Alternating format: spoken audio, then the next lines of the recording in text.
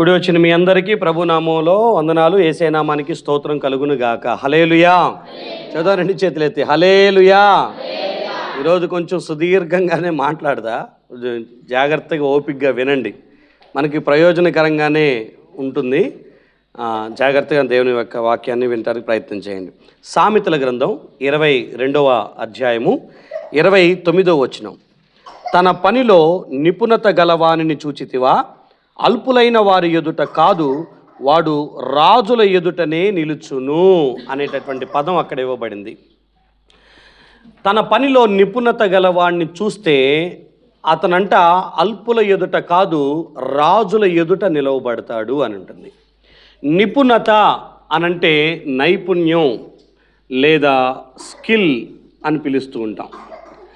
ఒక మనిషికి స్కిల్ ఉంటే, నైపుణ్యం ఉంటే, నిపుణత ఉంటే, ఏదైనా ఒక విషయంలో ప్రజ్ఞ సాధించగలిగితే ఆ వ్యక్తి అంట అల్పుల ఎదుట కాదు, రాజుల ఎదుట నిలవబడి ఆ గౌరవాన్ని పొందుతాడు, ఆ స్థితిని, స్థాయిని, ఆ పదవిని అనుభవించగలుగుతాడు. ఈ రోజుల్లో క్రైస్తవులైనటువంటి వారిలో కానీ లేదా జనరల్గా ఉన్నటువంటి ప్రజల మధ్యలో కానీ ఎక్కువగా లోపం ఎక్కడ కనిపిస్తుంది అంటే, ఏ విషయంలో కూడా పని చేస్తున్నాం కానీ నైపుణ్యంతో, చతురతతో, లేకపోతే భిన్నంగా ఆ పనిని జరిగించే అంత స్కిల్ మన దగ్గర లేకపోవటం అనేది కొంచెం ఇబ్బందికరమైనటువంటి విషయం. నేషనల్ అచీవ్మెంట్ సర్వే అని NAS అని ఒకటి ఉంటుంది. అంటే భారతదేశంలో అక్షరాస్యత శాతాన్ని, చదువు యొక్క విలువలను, లేకపోతే దాని యొక్క కొలతను కొలిచేటటువంటి సర్వే రిపోర్ట్ అది. భారతదేశంలో 36 రాష్ట్రాలు, కేంద్రపాలిత ప్రాంతాలతో కలిపి ఉంటే తెలంగాణ రాష్ట్రం 35వ ర్యాంకులో ఉందంటే లాస్ట్ నుంచి 2వ ర్యాంకులో ఉంది చదువుల విషయంలో. మీరు 2025 లేటెస్ట్ సర్వే, అది బయటికి రాకపోయినా కొంతమంది చెప్తున్నది ఏంటంటే ప్రజెంట్ 26th ర్యాంకుకి వచ్చింది అని మాట్లాడుతుంటారు. అంటే చదువు చెప్పేటటువంటి విధానం కానీ, ప్రజలు నేర్చుకునేటటువంటి విధానం కానీ ఆ స్టాండర్డ్స్లో 26th ర్యాంకులో ఉందంట మనం. అంటే దాదాపుగా చాలా వెనకబడిపోయినటువంటి పద్ధతిలోనే ఉన్నాం. అంటే మన చదువు చెప్పే విధానం, చదువు చెబుతున్నటువంటి వ్యక్తులు, లేకపోతే మనకున్నటువంటి సిలబస్ సిస్టమ్ మొత్తం కూడా చాలా వెనకబడిపోయినటువంటి పరిస్థితుల్లోనే ఉన్నాం. మీకు చదువే తక్కువగా ఉంది అంటానికి కూడా వీల్లేదు. భారతదేశం మొత్తం కూడా ఎదుర్కొంటున్నటువంటి చాలా క్రైసిస్లో ఒక ప్రాబ్లం ఏంటనంటే అన్ఎంప్లాయ్మెంట్. చాలామంది చదువుకున్నారు కానీ వాళ్ళకి సరైన ఉద్యోగాలు లేకపోవటం అనేది ప్రధానమైన reason. Global talent shortage survey అనేది ఒకటి ఉంటుంది. అంటే ప్రపంచం మొత్తంలో స్కిల్స్ తక్కువగా ఉన్నటువంటి, టాలెంట్స్ తక్కువగా ఉన్నటువంటి ప్రాంతాలు ఏమున్నాయని కనిపెట్టేటటువంటి దాంట్లో భారతదేశంలో ఉన్న పరిస్థితిని చూస్తానంట, ఒక చోట 100 మంది ఎంప్లాయీస్ ఉంటే ఆ 100 మంది ఎంప్లాయీస్లో 80 మందికి వారు చేస్తున్న పనిలో స్కిల్ లేదంట. అంటే అందరూ టీచర్స్గానే ఉన్నారు కానీ స్కిల్డ్ అండ్ ట్రైన్డ్ టీచర్స్ లేరు. అంటే నైపుణ్యంగా ప్రజలకు, పిల్లలకు అర్థమయ్యే అంత గొప్పగా వివరించి చెప్పేటటువంటి టీచర్లు లేరు. ఇంజనీర్లు ఉన్నారు కానీ 80% మంది ఇంజనీర్స్ నిపుణత కలిగినటువంటి వాళ్ళు, స్కిల్ ఉన్నటువంటి వాళ్ళు కాదు. డాక్టర్లు ఉన్నారు కానీ అందరికీ ఆ వైద్యాన్ని స్కిల్డ్గా, లేకపోతే దాన్ని నైపుణ్యంతో దాన్ని చేసేటటువంటి వాళ్ళు లేరు. ప్రతి రంగంలో భారతదేశంలో ఉన్నటువంటి ఎంప్లాయీస్ యొక్క పర్సంటేజ్ చూసుకుంటే 80% పీపుల్ కంట స్కిల్ లేకుండానే వాళ్ళ రంగంలో వాళ్ళు కంటిన్యూ అవుతూ వెళ్తున్నారు అనేది ఈ సర్వే చెప్పేటటువంటి విషయం. అన్ఎంప్లాయ్మెంట్ ఎందుకు వస్తుంది అనంటే, ఎందుకు నీకు ఉద్యోగాలు ఇవ్వట్లేదు, ఎందుకు చదువుకు తగిన ఉద్యోగాలు లేక డిగ్రీలు చదివినా, MAలు చదివినా, బీటెక్లు చదివినా, ఇంకా డీమార్ట్లోనో మార్కెటింగ్లోనో ఇంకేదో పనులు చేసుకుంటూ ఎందుకు బ్రతకాల్సి వస్తుంది అనంటే, చదువుకు తగిన స్కిల్, ఆ నైపుణ్యత మన దగ్గర లేకపోవటానికి ప్రధానమైన కారణం. దానికి చాలా ఇష్యూస్, రీజన్స్ అయినాయి. ఎందుకంటే మనం చదివేటటువంటి చదువులో ఈ స్కిల్ డెవలప్మెంట్ అనేది కూడా ఒక ప్రోగ్రాం కింద ప్రభుత్వం తీసుకోలేకపోవటం. అంటే చదువులు చదివేటప్పుడు 1వ తరగతి నుంచి 10వ తరగతి చదివే ఆ మధ్యలోనే ఈ సబ్జెక్టులతో పాటు స్కిల్ని డెవలప్ చేసేటటువంటి కొన్ని ప్రోగ్రామ్స్, కొన్ని స్కీమ్స్ చదువులో యాడవలేకపోవటం ప్రధానమైనటువంటి కారణమైపోతుంది. అంటే యాక్టివిటీస్ రోజు రోజుకి తగ్గిపోతున్నాయి. ఇప్పుడు హైదరాబాద్ లాంటి లేకపోతే బయట టౌన్లో స్కూల్స్లో కనీసం ప్లే గ్రౌండ్ కూడా లేకుండానే ఒక అపార్ట్మెంట్ తీసుకొని చదువులు చెప్పించేటటువంటి పరిస్థితులు అయిపోయినాయి. అంటే పిల్లలకి ఇక వేరైనా ఏదైనా సాధించాలి, ఏదైనా నేర్చుకోవాలి అని అంటే స్పోర్ట్స్ ఆల్రెడీ నాశనం అయిపోయింది. వాళ్ళకి ఏదన్నా ప్రత్యేకమైనటువంటి తెలివితేటలు ఉన్నాయి, దాటిని వృద్ధిపరచుకోవటానికి స్కూల్ దగ్గర నుంచే డెవలప్మెంట్ లేదు.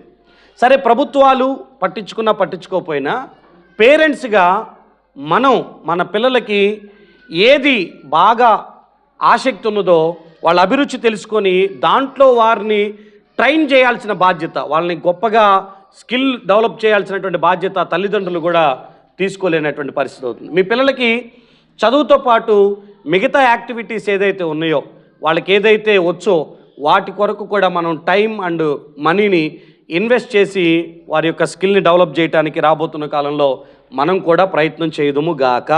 హల్లెలూయా.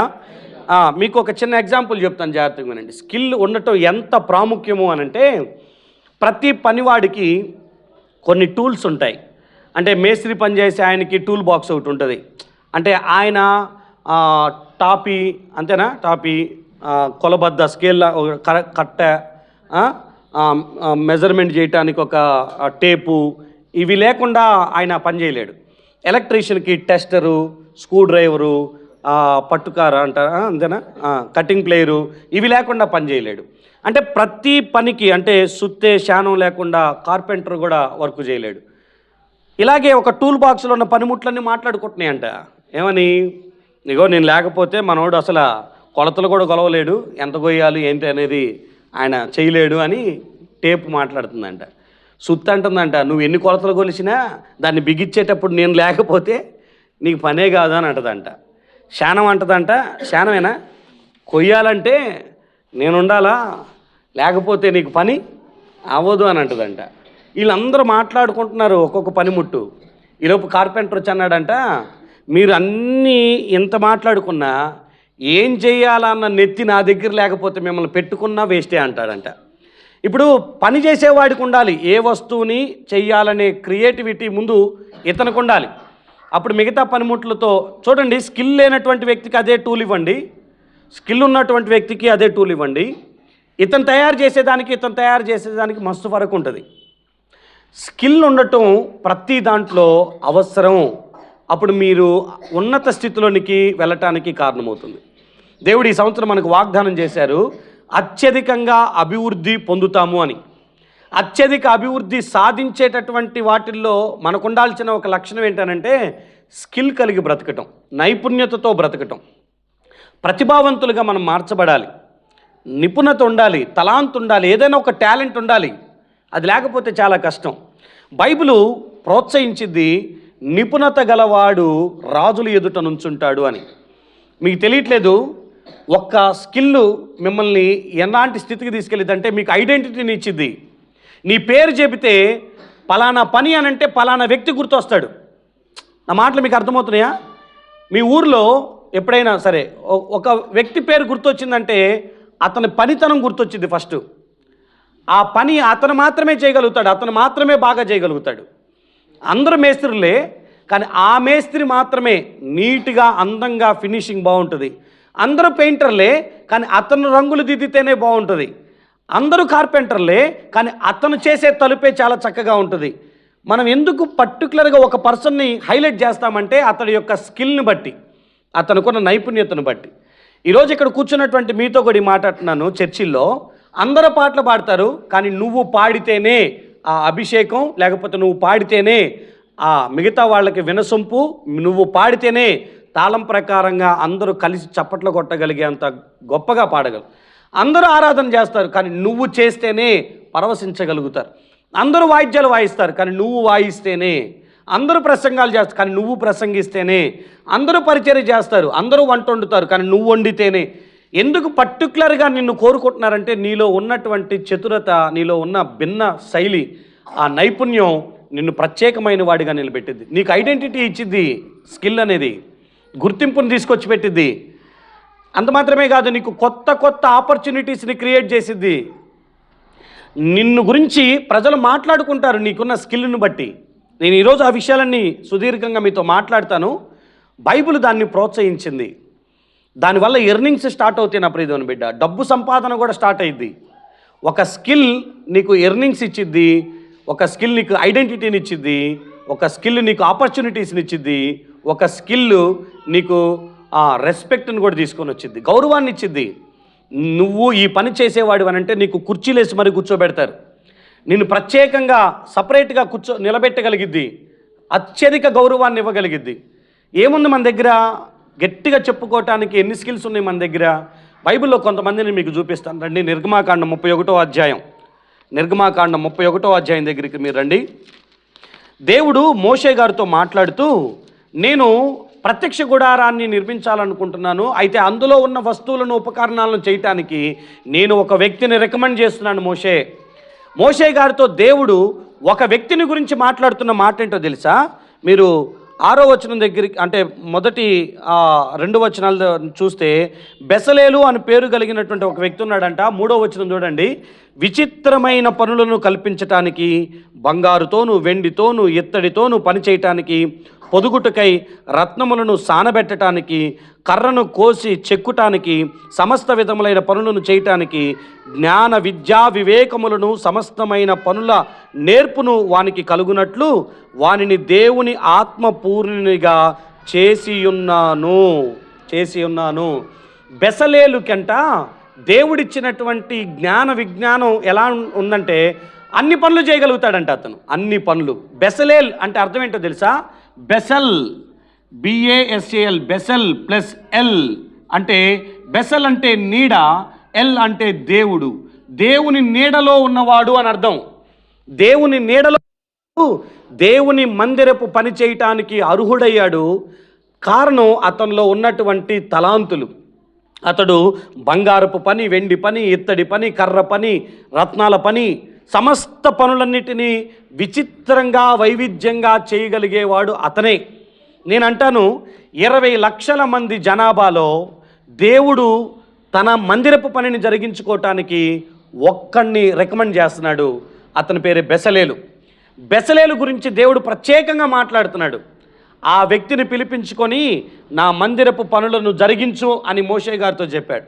దేవుడే రికమెండ్ చేయగలిగేటటువంటి స్థాయి బెసలేలుకి ఎలా వచ్చింది అనంటే, అతనిలో ఉన్న తలాంతులు, అతనిలో ఉన్నటువంటి నైపుణ్యం అతన్ని 20 లక్షల మందిలో నుంచి సపరేట్గా తీసుకొచ్చి ఉన్నత స్థానంలో నిలవబెట్టింది. దేవుడే రికమెండ్ చేశాడు అనంటే ఆ వ్యక్తికి ఉన్నటువంటి క్వాలిఫికేషను, అతనుకున్న స్కిల్ హైలీ టాలెంటెడ్ అని అర్థం. దేవుడు తన మందిరపు పని కోసం అతన్ని వాడుకున్నారు. అతనితో పాటు కింద అహోలియాబు అనేటటువంటి వ్యక్తిని గురించి కూడా బైబిల్ మాట్లాడింది. నీ దగ్గర తలాంత్ ఉంటే అవకాశాలు నిన్ను వెతుక్కుంటూ వస్తాయి.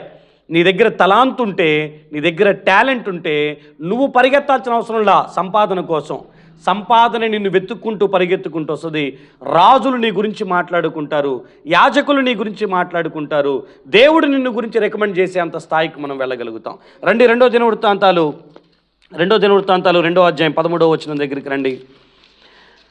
దినవృత్తాంతాలు 2వ గ్రంథం 2వ అధ్యాయం 13వ వచనం. ఈయన గురించి మొదటి రాజులు 7:13లో కూడా రాసుంటుంది. అక్కడేమో హీరాము అని రాసుంది, ఇక్కడేమో హూరాము అని రాసుంటుంది. హూరాము 13వ వచనంలో తెలివియు వివేచనయు గల హూరాము అను ఒక చురుకైన పనివానిని నేను నీ యొద్దకు పంపుచున్నాను. అతడు దాను వంశపురాలగు ఒక స్త్రీకి పుట్టినవాడు. వాని తండ్రి తూరు సంబంధమైన వాడు. అతడు బంగారంతో, వెండితో, ఇత్తడితో, ఇనుముతో, రాళ్లతో, మ్రానులతో, ఓదా నూలుతో, నీలు నూలుతో, సన్నపు నూలుతో, ఎర్ర నూలుతో పనిచేయగల నేర్పరి ఉన్నాడు. సకల విధములకు చెక్కడపు పనియందును మచ్చలు కల్పించుటకును అతడు యుక్తి కలిగి నీ పనివారికి నీ తండ్రి అయిన దావీదు అను నా ఏలినవాడు నియమించిన ఉపాయశాలలకును సహకారి అయి వాటన్నిటిని నిరూపించుటకు తగిన సామర్థ్యం గలవాడు. ఒక వ్యక్తి గురించి ఒక రాజు మరొక రాజుకు చెప్తున్నటువంటి మాట. హీరాము అనేటటువంటి రాజు సొలొమోను అనేటటువంటి రాజుకి ఒక సామాన్యమైన వ్యక్తి గురించి లెటర్లో మాట్లాడుతున్నాడు. ఏమన్నా తెలుసా? నా దగ్గర హూరాము అనే ఒక వ్యక్తి ఉన్నాడు. హూరాం అనంటే హూరామ్. హూరామ్ అనేటటువంటి వ్యక్తి యొక్క అర్థం ఏంటో తెలుసా? ఇదిగో ఉన్నతుడు అని అర్థం. దీన్ని హీబ్రూ భాషలో నుంచి, అంటే మొదటి రాజుల గ్రంథంలో హీబ్రూ లాంగ్వేజ్లో హీరాము అని రాసుంటే, హీబ్రూలో నుంచి ఎప్పుడైతే ట్రాన్స్క్రిప్ట్ అవుతుందో అప్పుడు ఫినీషియస్ లాంగ్వేజ్లో దీన్ని హూరాము అని పిలిచారు. కారణం ఏంటంటే ఆ పై వచనాలు మీరు చూస్తే 11వ వచనంలో తూరు రాజు పేరు కూడా హీరామే. హీరామును పంపాడంటే కన్ఫ్యూజ్ అవుతారేమోనని ఫినీషియస్ లాంగ్వేజ్ని పెట్టుకొని హూరాము అని పేరు పెట్టారు. హూరాము యొక్క అర్థం ఉన్నతుడు. మరొక విషయం ఏంటంటే హూరాము అంటే దేవుడే నా గురువు అని అర్థం. దేవుడే నా గురువు. దేవుడే నాకు గురువుగా ఉంటే నేను ఈ తలాంతులన్నీ నేర్చుకొని ఉన్నతుడుగా మార్చబడ్డాను అని అర్థం. అంటే ఉన్నత స్థితిలోనికి ఒక వ్యక్తి, ఇద్దరు రాజులు ఒక వ్యక్తి గురించి మాట్లాడుకుంటున్నారు, రికమెండ్ చేసుకుంటున్నారు. రాజా, నువ్వు దేవుని మందిరం కట్టాలనుకుంటున్నావు, నీ నగరును కట్టాలనుకుంటున్నావు. నీలాంటి తెలివైన వాడి దగ్గర ఇదిగో ఇలాంటి తలాంతు కలిగినటువంటి వాడు గనక ఉండగలిగితే, ఈ సామర్థ్యాలు, ఈ యుక్తి, ఇదిగో ఈ యొక్క ప్రజ్ఞ కలిగినటువంటి వాడు, ఇంత నైపుణ్యత ఉన్నవాడు నీతో ఉంటే మందిర పనులు బాగా జరుగుతాయి, నీ నగరు కూడా బాగా జరుగుతుందని హూరామును గురించి లెటర్లు రాసుకుంటున్నారు. రాజులు మాట్లాడుకున్నారు హూరాము గురించి. దేవుడు రికమెండ్ చేశాడు బెసలేలు గురించి, అహోలియాబు గురించి. నా ప్రియమైన బిడ్డ, నేను ఇంకా కొంతమందిని మీకు జ్ఞాపకం చేస్తాను, జాగ్రత్తగా వినండి. మొదటి సమూయేలు గ్రంథం 16వ అధ్యాయం 16వ వచనం దగ్గరికి మీరు రండి. మొదటి సమూయేలు 16వ అధ్యాయం 16వ వచనం.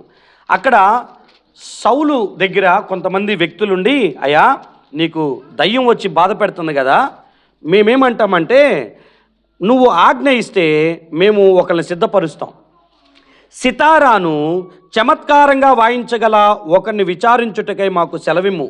దేవుని యొద్ద నుంచి దురాత్మ వచ్చి నిన్ను పట్టినప్పుడెల్లా అతడు సితారా చేత పట్టుకొని వాయించుట చేత నువ్వు బాగుపడతావని చెప్తే సౌలు అంటాడు, అయితే అతను తీసుకొని రమ్మని సెలవిచ్చాడు. అప్పుడు వారిలో ఒకడంటాడు, చిత్తగించుము, బెత్లెహేములో ఒక వ్యక్తి ఉన్నాడు, యెషయి యొక్క కుమారుల్లో ఉంటాడు, అతన్ని మేము చూసాం, అతని టాలెంట్ మేము చూసాం. అతడు గొర్రెలు కాసుకునే వ్యక్తి గురించి రాజుల ఎదుట ఒక మంత్రులు మాట్లాడుతున్న మాట, అంటే ఒక రకంగా క్యాబినెట్లో, అంటే సీఎం క్యాబినెట్లో, సీఎం ఛాంబర్లో ఒక వ్యక్తి గురించి మినిస్టర్స్ మాట్లాడే అంత స్థాయికి వెళ్ళాడు అని అంటే, బెత్లెహేములో యెషయి కుమారుల్లో ఒకరిని చూసాం. ఏం చూశారు మీరు? అతడు చమత్కారంగా సితారాను వాయించగలుగుతాడు. చూడండి, చమత్కారంగా వాయించగలుగుతాడు. అతడు బహుశూరుడు, యుద్ధశాలి, మాట నేర్పరి అయిన రూపసి అయి ఉన్నాడు అని అంటాడు. అతడు చమత్కారంగా సితారా వాయిస్తాడు. ఎలాంటి సితారా వాయిస్తాడు తెలుసా? హార్ప్ అంటారు. 10 స్ట్రింగ్స్ అంట. 144వ కీర్తన, దావీదు రచించిన కీర్తనలో 9వ వచనంలో అంటాడు, దేవా నేను నీ కోసం కొత్త పాట ఒకటి పాడతాను, 10 తంతుల సితారాను తీసుకొని నిన్ను కీర్తిస్తాను అని అంటాడు. మహా అయితే మనం వాడేటటువంటి ఇప్పుడున్న గిటార్లకి 6 స్ట్రింగ్స్ ఉంటాయి, కానీ హార్ప్కి లేకపోతే దావీదు వాయించినటువంటి సితారా కంట 10 తంతుల సితారాను వైవిధ్యంగా లేకపోతే చమత్కారంగా వాయించగలుగుతాడంట. ఆయనలాగా సితారాను వాయించే వాళ్ళే లేరు. పోనీ ఇంట్లో వాళ్ళు ఏమైనా ఎంకరేజ్ చేశారా ఆ టాలెంట్ కోసం? అడవిలోనికి వెళ్ళి గొర్రెలు కాసుకుంటూ సితారాను అక్కడ ప్రాక్టీస్ చేసి ప్రజల దృష్టిలోనికి వెళ్ళి రాజులు అతను పిలిపించుకుని ఉద్యోగం ఇచ్చి రాజ కుటుంబాలలో అతను పనిచేసేంత స్థానంకి వెళ్ళాడనంటే చిన్న విషయం కాదు. సీఎం ఛాంబర్లో, సీఎం క్యాబినెట్లో ఒక వ్యక్తి ఉద్యోగం సంపాదించాడనంటే చిన్న విషయం కాదు. చాలా ప్రత్యేకమైన టాలెంట్ అని అర్థం. సితారాను చమత్కారంగా వాయించటం మాత్రమే కాదు, అతడు యుద్ధశూరుడు, యుద్ధశాలి, అంత మాత్రమే కాదు, మాట నేర్పరితనం ఉంది అతనికి అని. ఆయన మాట్లాడితే వినబుద్ధి అవుతుంది. చాలా సమయస్ఫూర్తిగా మాట్లాడతాడు. ఎక్కడ, ఎప్పుడు, ఎవరితో ఎలా మాట్లాడాలో అతనికి బాగా తెలుసు. మాటలు చెప్తాడు, బాగా మాటలు చెప్తాడు. మాటలు ఉన్నాయి ఆయన దగ్గర, మాట నేర్పరితనం ఉంది. చాలా స్కిల్డ్గా, చాలా నైపుణ్యంగా మాట్లాడతాడు అతను అని. మీకు దావీదు యొక్క టాలెంట్స్ చెప్తాను, గుర్తుపెట్టుకోనండి. అతను మంచి రైటర్, లిరికిస్ట్. అతను పాటలు రాయగలుగుతాడు. పాటలు రాస్తాడు. దాదాపు 83 పాటలు బైబిల్లోనే చేర్చబడ్డాయి 150 కీర్తనలో. నేనేమంటానంటే దావీదు పాటలు రాయగలిగిన వాడు. అంత మాత్రమే కాదు, అతడు మంచి కంపోజర్ కూడా, పాటకి రాగాన్ని ఇవ్వగలిగినటువంటి వాడు. అంత మాత్రమే కాదు, తన పాటకి తనే సంగీతకారుడుగా అంటే మ్యూజిషియన్గా ఆయన ఉండగలుగుతాడు. ఆయనే మ్యూజిక్ని ప్లే చేయగలుగుతాడు. అంత మాత్రమే కాదు, ఆయన మంచి సింగర్, బాగా పాటలు పాడతాడు. ఇశ్రాయేలీయులు అందరూ అంటారు, ఇశ్రాయేలుల దేవుణ్ణి స్తోత్రగానాలతో ఆలపించగలిగిన మధుర గాయకుడైన దావీదు రచించిన గీతాలు అని పెట్టారు. మధుర గాయకుడంట, స్వీటెస్ట్ సింగర్ ఆయన. ఆయన పాడితే వినబుద్ధి అవుతుంది. ఆయన గొంతు అంత అద్భుతంగా ఉంటుంది. ఆయన పాట వినటానికి ప్రజలు ఎదురు చూసేవాళ్ళు. ఆయన పాడుతుంటే ప్రజలు ప్రభువులో ఆనందించేవాళ్ళు, ఆరాధించేటటువంటి వాళ్ళు, దేవుడి ముందు నాట్యం ఆడేవాళ్ళు. అంత గొప్ప గాయకుడు ఆయన. ఆయన పాటలు రాస్తాడు, పాటలు కంపోజ్ చేస్తాడు, ఆయన మంచి మ్యూజిక్ ఇస్తాడు, మంచిగా పాటలు పాడతాడు. అంత మాత్రమే కాదు, మంచి లీడర్ ఆయన. ఆయన నాయకత్వంలో ఏ ఒక్క సైనికుడు కూడా పక్కకి వెళ్ళిపోయినటువంటి విధానం లేదు. కష్టకాలంలో కూడా దావీదుతో పాటు కొండలు ఎక్కుతూ, మీరెందుకు వస్తున్నారయ్యా, సమస్య నాదైతే మీరు వెళ్ళిపోండి అని అంటే, నువ్వు ఎక్కడుంటే అక్కడే ఉంటాం రాజా, మమ్మల్ని వద్దనొద్దు అని ఆయనతో పాటు వచ్చేసేసారు సైనికులందరూ కూడా. అధిపతులందరూ కూడా ఆయనతో పాటు నిలబడిపోయారు. ఆయన నాయకత్వంలో ఏ ఒక్కళ్ళు చేజారిపోలే. ఆయన తర్వాత సొలొమోను వచ్చాడు.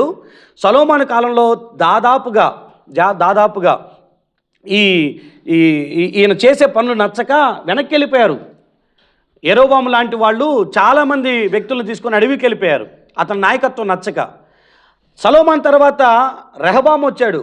రెహబాము యొక్క నాయకత్వం కూడా నచ్చక 10 గోత్రాలు సపరేట్ అయ్యి ఇశ్రాయేలు రాజ్యంగా, యూదా రాజ్యంగా రెండుగా చీలిపోయారు. ఏ నాయకుడి దగ్గర నుంచి కూడా ప్రజలు మంచి నాయకత్వాన్ని తీసుకోలేదు, కానీ ఒక్క దావీదు యొక్క నాయకత్వంలో అలాగే ఉండిపోయారు. నువ్వు ఇశ్రాయేలుకి దీపం లాంటి వాడివి, నిన్ను కాపాడుకోవాల్సిన బాధ్యత మాదని సింహపు గుండె కలిగిన వాళ్ళు దావీదు చుట్టూ నిలబడిపోయారు. వాళ్ళు మంచి నాయకుడు ఆయన, గ్రేట్ లీడర్ ఆయన. నేనేమంటారంటే ఇతనిలో ఉన్న క్వాలిటీస్ అంత గొప్పవి. చాలా ధైర్యవంతుడు. సింహం అయినా సరే, గుడ్డెలుగైనా సరే, గొలియాతు లాంటి వాళ్ళైనా సరే ధైర్యంగా నిలబడి ముందు ఉండి యుద్ధం చేసి రాగలిగేటటువంటి ధైర్యశాలి అతను. చాలా ధైర్యవంతుడు. పిరికితనం లేదు ఆయన దగ్గర. తనకి ఒడిసెలు తిప్పే విషయంలో ఆయనకి సాటి లేరు. ఒకటే దెబ్బ గొలియాతు లాంటి కూడా ఆటం పడాల్సిందే. అది కూడా ఒక టాలెంట్ అని అంటే, మా టాలెంటే. నువ్వు వేసి చూడు, నువ్వు ఒడిసెలు పట్టుకొని ట్రై అయితే ఆ ఇంటి మీద పడిద్దో, ఈ ఇంటి మీద పడిద్దో, ఆడినెత్తి పగిలిద్దో, ఈ నెత్తి పగిలిద్దో మనకు తెలియదు. కోతిని కొట్టడానికి రాయి ఇసిరేసి ఎంతమంది తలల పగల కొట్టేవో నీకు తెలుసు. మనం ఎన్ని నానా రకాల పనులు చేస్తామో మనకు తెలుసు. రాళ్ళు అంటే ఏమంటారు దాన్ని? ఇక్కడ ఏమంటారు? వడిసేనా? మరి విచిత్రంగా చూస్తున్నారు నాకెళ్ళి. వడిసెలు విసరటంలో దావీదు హైలీ టాలెంటెడ్. అంత దూరంలో ఉన్నటువంటి గొలియాతుని ఒక్క రాయితో కొడితే మటాష్ చచ్చిపోయాడు ఆయన. దావీదుకున్న తలాంతులు అలాంటివి. మీరు మరొక దగ్గరికి రండి, 1 రాజుల గ్రంథం 4వ అధ్యాయం 29 దగ్గరికి రండి. ఇతను సొలొమోను. ఇతను గురించి దేవుడు జ్ఞానాన్ని బుద్ధిని వర్ణింపశక్యము కాని వివేచన గల మనస్సును సొలొమోనుకు దయచేసెను గనుక సొలొమోనుకు కలిగిన జ్ఞానము తూర్పు దేశస్థుల జ్ఞానము కంటేను, ఐగుప్తీయుల జ్ఞానము కంటేను అధికమై ఉండెను. అతడు సమస్తమైన వారి కంటే, యజ్రాహీయుడైన ఏతాను కంటే, మహోలు కుమారులైన హేమాను, కల్కోలు, దర్దా అను వారి కంటే జ్ఞానవంతుడై ఉండెను గనక అతని కీర్తి చుట్టూనున్న జనములన్నిటిలో వ్యాపితమాయను. అతడు 3000 సామెతలు రాశాడు, 1005 కీర్తనలు రాశాడు. లెబనోనులో ఉండు దేవదారు వృక్షము కానీ, గోడలో మొలిచేటటువంటి ఇసోపు మొక్కనే కానీ చెట్లన్నిటిని గురించి అతడు రాశాడు. మృగాలు, పక్షులు, ప్రాకు జంతువులు, జలచరాలను వాటన్నిటిని గురించి అతడు రాశాడు. అతని జ్ఞానపు మాటలు తెలుసుకొనుటకు, అతని జ్ఞానమును గురించి వినిన భూపతులందరిలో నుండి, జనులందరిలో నుండి మనుష్యులు సొలొమోను వద్దకు వచ్చేవాళ్ళు. హలో, ఇటు చూడండి. ఇప్పుడు మనం బోటనీ, జువాలజీ ఏదైతే మాట్లాడుకుంటున్నామో అయ్యగారు అన్నీ రాసినాయి. అయ్యగారు మొత్తం రాశారు. పోలిక ఎట్లా ఉందో తెలుసా? లెబనోను దేవదారులో ఉన్న లెబనోను వృక్షం మొదలుకొని గోడలో మొలిచేటటువంటి హిస్సోపు లాంటి పాచి మొక్క దాకా లెబనోను చాలా పెద్దగా పెరుగుతుంది. భూమి మీద ఉన్న చెట్లన్నింటిలో చాలా ఉన్నతమైన హైట్ పెరుగుతుంది. లెబనోను చెట్టు దగ్గర నుంచి గోడలో మొలిచేటటువంటి పాచి వరకు కూడా ప్రతి చెట్టు గురించి ఆయన రాశాడంట. నీళ్ళలో ఉన్న జలచరాల గురించి రాశాడంట. పైకి ఆకాశంలో ఎగిరే పక్షుల గురించి, నేల మీద ఉండే మృగాల గురించి, ప్రాకేటటువంటి ఇక ఆయన రాయిందంటే ఏముంది?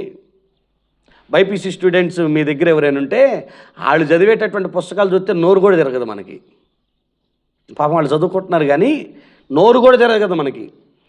ఆ పదాలు ఎట్లా నోటికే తిరగవు, ఎలా గుర్తుపెట్టుకుంటారు, ఎలా రాస్తారు అన్నంత విచిత్రం అనిపిస్తుంది. కానీ సొలొమోను గారికి ఉన్న జ్ఞానం ఏంటంటే వాటన్నిటి గురించి పూర్తిగా గ్రంథస్థం చేశాడంట. 3000 సామెతలు చెప్పాడంట.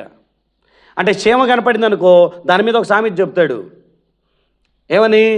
బాగా బద్ధకస్తుల దగ్గర ఉన్నారనుకో, సోమరి చీమల దగ్గరికి వెళ్ళి జ్ఞానాన్ని నేర్చుకో. అరే చీమను చూస్తే మీకేం సామెతలు పుట్టుకొచ్చినాయి సార్ అని అంటే వాటికి నాయకుడు లేడు. కానీ వరుసగా క్రమశిక్షణగా వెళ్తాయి. వేసవి కాలం వస్తుందని ఆ వేసవి కాలం ముందు పంటను సమకూర్చుకోవాలి, వచ్చేది వర్షాకాలం కాబట్టి కొట్టుకొని పోతాం కాబట్టి ఉన్న టైంలోనే అన్నీ సమకూర్చుకోవాలన్న నెత్తి వాటికి ఉంది.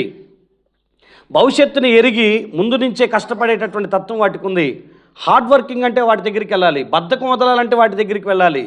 మీరు చూడండి, మీరు నిద్రపోతారు కానీ చీమలు మాత్రం రాత్రి పగలు మొత్తం తిరుగుతూనే ఉంటాయి. వాటి టైం వచ్చినప్పుడు కష్టపడతానే ఉంటాయి.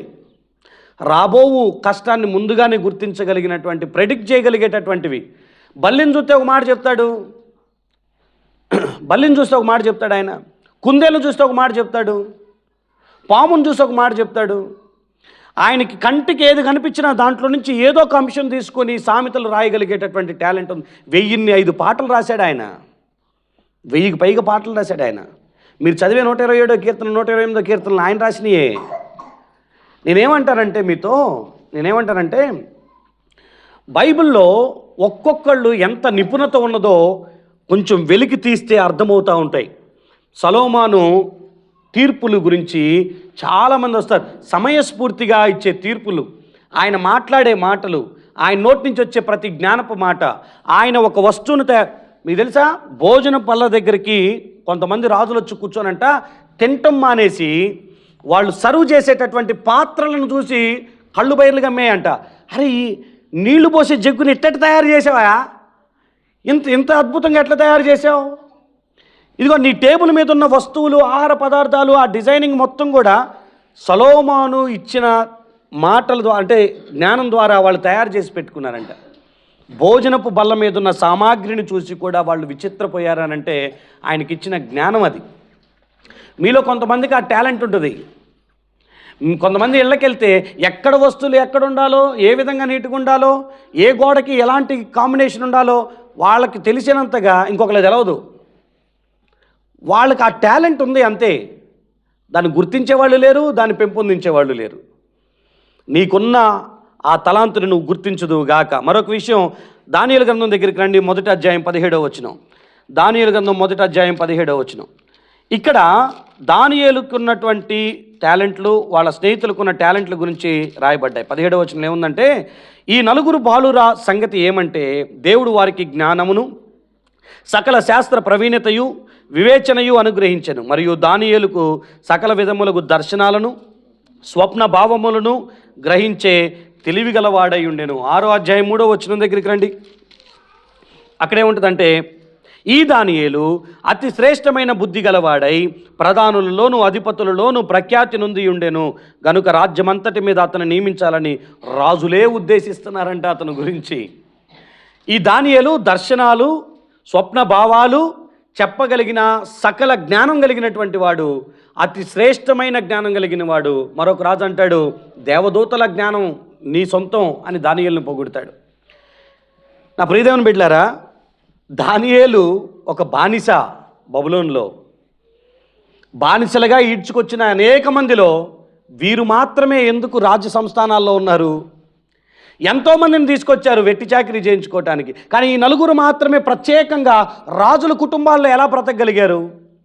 మీకు తెలుసా, బబులోన్లో 120 సంస్థానాలు ఉంటే ఆ 120 సంస్థానాల్లో ఉన్న అధిపతులకి 3 మెయిన్ చీఫ్ అధికారులు కొంతమంది ఉంటారు. ఆ 3కి పైగా ఉండేది దానియేలు. అందుకని ఆ ఊర్లో ఉన్న వాళ్ళందరికీ ఇతనంటే అసూయ. ఎందుకు? బతకడానికి వచ్చినోడు, బానిసగా వచ్చినోడు మా అందరికీ అధికారి అయిపోయాడు. ఈజీగా అయిపోతారా? ఒక బానిస, ఒక ఇశ్రాయేలీయుడు, ఒక హెబ్రీయుడు బబులోను లాంటి ప్రమాదకరమైన ప్రాంతాల్లో రాజు తర్వాత రాజు స్థానానికి వెళ్ళగలుగుతాడనంటే కేవలం ఒకటే అతనిలో టాలెంట్ ఉంది. స్వప్న భావాలు చెప్పగలుగుతాడు, దర్శనాలు కలుగుతాయి ఆయనకి, అతి శ్రేష్టమైన జ్ఞానం ఉంది, అతనికి దేవదూతల వంటి జ్ఞానం అతనికి ఉంది. అతనిలో ఉన్న యూనిక్ టాలెంట్ మిగతా వాళ్ళు ఎవరికి లేదు కాబట్టి ఆ స్థానంలోకి వెళ్ళారు. నేనేమంటానంటే నీకున్నటువంటి టాలెంట్ ఇంకొకడు మ్యాచ్ చేయటానికి కూడా దగ్గరికి రానంత ఉన్నతమైన ప్రత్యేకమైన తలాంతు నీకు దేవుడిచ్చునుగాక. అది ఒకవేళ ఆల్రెడీ మీకుంటే దాన్ని గుర్తించి దాన్ని డెవలప్ చేయడానికి ప్రయత్నం చేయండి. మరొక మాట జ్ఞాపకం చేస్తున్నాను రండి. ఎజ్రా గ్రంథం 7వ అధ్యాయం 6వ వచనాన్ని మీరు చూస్తే, ఎజ్రా గ్రంథం 7వ అధ్యాయం 6వ వచనం, ఇందులో ఎజ్రాకు ఉన్నటువంటి టాలెంట్ను గురించి మాట్లాడతారు. ఏముందనంటే, ఇదిగో ఈ ఎజ్రా ఇశ్రాయేలుల దేవుడైన యెహోవా అనుగ్రహించిన మోషే యొక్క ధర్మశాస్త్రమందు ప్రవీణత గల శాస్త్రి మరియు అతని దేవుడైన యెహోవా హస్తము అతనికి తోడుగా ఉన్నందున అతడు ఏ మనవి చేసినా రాజులు అనుగ్రహించేవాళ్ళు అని. ఇతడుకున్న టాలెంట్ ఏంటో తెలుసా? బైబిల్ మీద ప్రవీణత ఉంది, ధర్మశాస్త్రం మీద మంచి గ్రిప్ ఉంది ఈయనకి. శాస్త్రి ఈయన అంటే దేవుని ధర్మశాస్త్రాన్ని గ్రంథస్థం చేయగలిగిన వాడు, దాన్ని పఠించిన వాడు, దాని మీద పూర్తి అవగాహన కలిగినటువంటి ప్రావీణ్యతను సంపాదించుకున్నవాడు. ఇతడు గురించి ప్రజలు ఎదురు చూసేవాళ్ళు తెలుసా? ఇతను మాట్లాడితే పశ్చాత్తాపం కలిగేది, ఇతను మాట్లాడితే దేవుడి దగ్గర నిబంధనలు చేసుకునేవాళ్ళు. నెహెమ్యా కాలంలో ప్రజలు ఆధ్యాత్మికంగా దిగజారిపోతే నెహెమ్యాకి కనిపించిన ఒకే ఒక ప్రసంగికుడు ఎజ్రాని పిలిపించుకొని, అయ్యా మా ప్రజలందరూ ఇదిగో దేవుడికి చాలా దూరంగా ఉన్నారనంటే ఒక మైదానంలో ఒక జాము సేపు వాక్యం చెప్పాడు. ఒక జాము అంటే 6 గంటలు. ఒక జాము సేపు 6 గంటలు ప్రసంగం చేస్తే ప్రసంగం మొత్తం అయిపోయిన దాకా ఎండలో అలాగే నుంచొని వాక్యం విన్నారు. దేవుని వైపు నిబంధన చేసుకొని పశ్చాత్తాపడి తిరిగారు. దేవుడి కొరకు నమ్మకస్తులుగా. ఎలా సాధ్యమైతే 6 గంటలు ఒక వ్యక్తి ప్రసంగం చేయటం? వినటం తర్వాత సంగతి. 6 గంటలు ప్రసంగం చేయగలిగే తలాంత్ ఉందా? ఈ రోజులు ఎవరైనా మ్యాచ్ చేయగలుగుతారా దాన్ని? ఒక జాము సేపు దేవుడి కొరకు నిలబడి మాట్లాడగలిగే తలాంత్ ఉందా? వినేవాళ్ళు వింటారో లేదో పక్కన పెట్టేస్తే 6 అవర్స్ నాన్ స్టాప్గా అనర్గళంగా మాట్లాడగలిగే తలాంత్ ఎజ్రా సొంతం. ఆ రోజుల్లో ఎవరైనా ప్రసంగికుడు కావాలంటే ఆయన తప్ప ఇంకొకరు గుర్తు రావట్లే. బైబిల్ పట్ల తనకున్న ప్రవీణత అలాంటిది. ఇలాంటి వ్యక్తి కొత్త నిబంధనలో ఆయన ఉంటాడు. అపోస్తుల కార్యాలు 18వ అధ్యాయం 24వ వచనం దగ్గరికి మీరు వస్తే ఇక్కడ ఈయన గురించి ఏమని రాస్తుందంటే, అలెగ్జాంద్రియ వాడైన అపోల్లో అను ఒక యూదుడును ఎఫెస్సుకు వచ్చాడు. అతడు విద్వాంసుడును లేఖనముల యందు ప్రవీణుడనై ఉన్నాడు. ఇంత విద్వాంసుడు అంటే అర్థమైంది? విద్వాంసుడు అంటే మీకు తెలిసిన విషయం ఏంది? ఎవరికైనా ఐడియా ఉందా? అపోస్తుల కార్యాలు చదివారు ఎప్పుడైనా? ఈ పదం వచ్చిందా? వచ్చినప్పుడు దాని డౌట్ ఏందో క్లియర్ చేసుకున్నారా? విద్వాంసుడు అంటే ఏంది? విద్వాంసుడు అనంటే అనర్గళంగా మాట్లాడగలిగేటటువంటి వాడు అని, ఎలోక్వెంట్ అని అంటారు. అనర్గళంగా ప్రసంగించేవాడు, లేఖనాల యందు ప్రవీణత కలిగినటువంటి వాడు. అంటే ఇతను నుంచోబెడితే అనర్గళంగా నాన్ స్టాప్గా దేవుని యొక్క లేఖనాలను మాట్లాడగలిగేటటువంటి వాడు. కొంతమందికి ఆ స్పీచ్ ఇచ్చేటటువంటి స్కిల్స్ చాలా హైగా ఉంటాయి. నిలబడితే స్టేజ్ మొత్తం ఆక్రమిస్తారు. అదొక ప్రత్యేకమైన టాలెంట్ వాళ్ళది. నిన్ను నుంచోబెట్టు, చెమట్లు గారుతాయి నీకు. నిన్ను నుంచోబెడితే మాటలు బంద్ అయిపోతాయి నీకు. మాటల స్పష్టత ఉండదు. మాటలు అయ్యో ఇది చెప్దాం అనుకున్నా చెప్పలేకపోయానే అని తర్వాత 4 గరుచుకుంటావు. విచిత్రం ఏంటి తెలుసా? అలెగ్జాంద్రియ వాడైనటువంటి ఏ అపోల్లో అనర్గళంగా మాట్లాడగలిగేటటువంటి ప్రసంగికుడు, లేఖనాల యందు ప్రవీణత కలిగినటువంటి వాడు. దేవుని బిడ్డ, నీకు ఇచ్చిన టాలెంట్ ఏంటి? 100 మందిలో కూడా చెయ్యెత్తి మాట్లాడగలిగావు అనంటే దేవుడు నీకు ఇచ్చిన టాలెంట్ అది. నాన్ స్టాప్గా మాట్లాడే స్కిల్స్ ఉన్నాయా? స్పీకింగ్ స్కిల్స్ ఉన్నాయా? అరే దేవుడు నీకు ఇచ్చిన తలాంత్ అది. గుర్తుపెట్టుకో. నువ్వు మంచి స్పీకర్, నువ్వు మంచి ప్రసంగికుడివి, దాన్ని గుర్తుపెట్టుకో. సో ఇది వాళ్ళ తలాంతులు. మీకు ఆదికాండం 41వ అధ్యాయం 15వ వచనం దగ్గరికి రండి. అక్కడ మరొక వ్యక్తి గురించి రాయబడి ఉంటుంది. ఆదికాండం 41:15 అక్కడ ఏముంటుందంటే, యోసేపు గురించి ఆ రాజు ఏం మాట్లాడుతున్నాడనంటే, ఇదిగో నీ గురించి నేను ఒక మాట విన్నా. ఏందానంటే, నేను ఒక కల కన్నాను, దాని భావాన్ని తెలుపువారు ఎవరు లేరు. నీవు కలను విన్న ఎడల దాని భావాన్ని తెలుపగలవని నిన్ను గూర్చి వింటినని అతనితో చెప్పారు. నువ్వు కల వింటే దాని భావం చెప్తావంట. నీ గురించి నేను విన్నా. అరే ఎవరి గురించి విన్నారు? ఒక హెబ్రీయుడు, ఒక దాసుడు, అంగట్లో కొనుక్కొని పోతిఫర్ ఇంట్లోకి వచ్చినటువంటి పనోడు, నింద వేసి జైలు పాలకి చేసేస్తే ఖైదీగా బ్రతుకుతున్నటువంటి ఒక ఖైదీ, అతని గురించి రాజులు విని అతన్ని నా ఎదుటికి నిలవబెట్టమంటే నీట్గా షేవింగ్ చేయించి మంచి బట్టలు వేసి రాజు ఎదుట నుంచోబెట్టారు సెంటు కొట్టి. ఎందుకయ్యా ఈ ఆధిక్యత అంటే, నువ్వు కల వింటే దాని భావం చెప్తావంట కదా, అలాంటి ప్రత్యేకమైన టాలెంట్ నీ దగ్గర ఉందంట కదా, అందుకు నువ్వు నా ఎదుట నిలబడ్డావు. ఇప్పుడు చెప్పు అని మాట్లాడారు. ఆపర్చునిటీస్ నీ టాలెంట్స్ని బట్టే వస్తాయి. ఫేవర్ నీ టాలెంట్ని బట్టే వస్తుంది. రికమెండేషన్స్ నీ టాలెంట్ని బట్టి వస్తాయి. రెస్పెక్ట్ నీ టాలెంట్ని బట్టి వస్తాయి. అదే ఒక హెబ్రీయుడు, ఒక దాసుడు, అసలు మాట్లాడడానికి కూడా ఐగుప్తీయులు ఇష్టపడరు. అలాంటి వ్యక్తిని రాజు ఎదుట నిలవబెట్టడమే కాదు, అతను తీసుకెళ్ళిపోయి దేశపు ప్రధానిగా ఆ రాజు చేశాడు. నీ సెలవు లేనిదే ఎవడు చెయ్యి కూడా ఎత్తడానికి వీల్లేదని ఒక శాసనం పెట్టి ఒక ఉంగరం తొడిగిచ్చారు అతనికి. నేను మీతో ఏమంటానంటే, తలాంతు లేకపోతే ఈ యొక్క స్కిల్ అనేది, నైపుణ్యం అనేది నిన్ను చాలా ఘనతకి తీసుకొని వచ్చింది నా ప్రియమైన బిడ్డ. సింపుల్గా వదిలేయమాకండి ఈ ప్రసంగాన్ని, సింపుల్గా తీసిపడేయమాకండి ఈ ప్రసంగాన్ని. ఏ టాలెంట్ ఉంది నీ దగ్గర, దాన్ని గుర్తించాల్సిన అవసరం ఉంది. ఇంకా కొంతమందిని గురించి మాట్లాడతాను రండి. నెహెమ్యా గ్రంథంలో మీరు 2వ అధ్యాయం నుంచి 6వ అధ్యాయం దాకా చదివితే ఒక వ్యక్తి కనిపిస్తాడు, ఆయన పేరు నెహెమ్యా. నా వైపు చూడండి. నెహెమ్యా గురించి నేను ఒక మాట చెప్తాను. ఇతను ఒకరోజు ఒక వార్త వింటాడు, ప్రాకారాలు యెరూషలేము ప్రాకారాలు పడిపోయినాయని. ఆ ప్రాకారాలు పడిపోయినగానే కూర్చున్నాడు, ఏడ్చాడు, ఉపవాసం ఉన్నాడు, ప్రార్థన చేసుకున్నాడు. అప్పుడు ఒక ప్లాన్ ప్రిపేర్ చేసుకుని ఒక దర్శనాన్ని కలిగి ఉన్నాడు. మంచి విజనరీ ఈయన. ఏదన్నా ఒకటి జరిగింది అంటే దాని పట్ల ఒక దర్శనం కలిగి ఉంటాడు. ఏమని? ఈ ప్రాంతాన్ని మరలా నేను తిరిగి పూర్వ వైభవం తీసుకొచ్చేటట్లు కట్టాలి. దానికోసం ప్రేయర్ చేసుకున్నాడు. ప్రేయర్ చేసుకొని ఆ విజన్ని అమలు చేయాలంటే డబ్బులు కావాలి కాబట్టి ఆ సోర్సెస్ వచ్చేంత వరకు వెయిట్ చేశాడు. రాజులు అన్నారు, నీకేం కావాలో తీసుకొని వెళ్ళానంటే ఫారెస్ట్ డిపార్ట్మెంట్ దగ్గర నుంచి కట్టెకొట్టుకోవటానికి పర్మిషన్ లెటర్సు, చెక్ పోస్ట్ దగ్గర పర్మిషన్ లెటర్సు, నదుల దగ్గర పర్మిషన్ లెటర్స్ అన్నీ తీసుకున్నాడు. ఇదిగో 2వ అధ్యాయంలో ఆ ప్రాంతానికి వచ్చాడు. ప్రాంతానికి రాగానే నాకు ఈ దర్శనం ఉందని ఎవరితో చెప్పలా, దేవుడు తనలో పెట్టిన దర్శనాన్ని చెప్పలా. నెక్స్ట్ చేసిన పని ఏంటో తెలుసా? ప్లాన్ చేసుకోవటానికి వెళ్ళిపోయాడు. ఒక గాడిదని తీసుకొని రాత్రిపూట ఆ పాడు దిబ్బలంతా, పెంట దిబ్బలు మొత్తం తిరుగుతూ వచ్చాడు. నేనేమంటానంటే, మనుషుల్ని కలవటానికంటే ముందు ఇతను ప్లాన్ చేసుకున్నాడు. ఎలాంటి ప్లానో తెలుసా? అసలు ఇక్కడ నేను ఈ ప్రాంతంలో ఇది కట్టగలుగుతానా లేదా మొత్తం తిరిగాడు. ఆ బూడిదల మీద అది తీయటానికే వాళ్ళు అంటారు, సన్బల్లట్టు టోబియా వీళ్ళు వచ్చి అంటారు, అరే దుర్బలులైనటువంటి మీరు ఈ చెత్త ఏరేయటానికే మీ జీవితకాలం సరిపోదు, మీరెక్కడ పునాదులు తీసి కట్టగలుగుతారన్న. నిజమే, అంత బూడిద వచ్చేసేసింది, అంత వేస్టేజ్ అక్కడ ఉంది. చెత్త మీద కడితే పిచ్చుకొచ్చి నిలబడినా కూడా పడిపోతుందని ఎగతాళి చేశారు. కానీ దానికంటే ముందు, ప్రజల్ని ఫేస్ చేయటానికంటే ముందు విజనరీ అండ్ ఆల్సో ఇతను మంచి ప్లానర్ అయినా ఒక బ్లూ ప్రింట్ని ప్రిపేర్ చేసుకోవటానికి రాత్రిపూట ఒక గాడిదని తీసుకొని వెళ్ళిపోయి మొత్తం తిరిగాడు పట్టణం చుట్టూ. ఎక్కడ పిల్లర్స్ వేయాలి, ఎక్కడ ఎలా గోడ కట్టాలి, ప్లాన్ మొత్తం రెడీ చేసుకున్నాడు. ఆ బ్లూ ప్రింట్ తీసుకొని డైరెక్ట్గా ప్రజల దగ్గరికి వెళ్ళి వాళ్ళందరితో అంటాడు, ఎంత గొప్పగా మోటివేట్ చేస్తాడంటే ఇతను మోటివేషన్కి దేశం కదిలొచ్చింది. ఒక వ్యక్తి మాటకి దేశం అంతా చెయ్యి కలిపింది. మీకు తెలుసా, నేనంటాడు మాట్లాడటంతోనే ఎట్లా అన్నాడంటే, దేవుని కరుణాహస్తం నాకు తోడై ఉన్న కారణాన రాజులు నాకు సహాయకులుగా ఉన్నారు.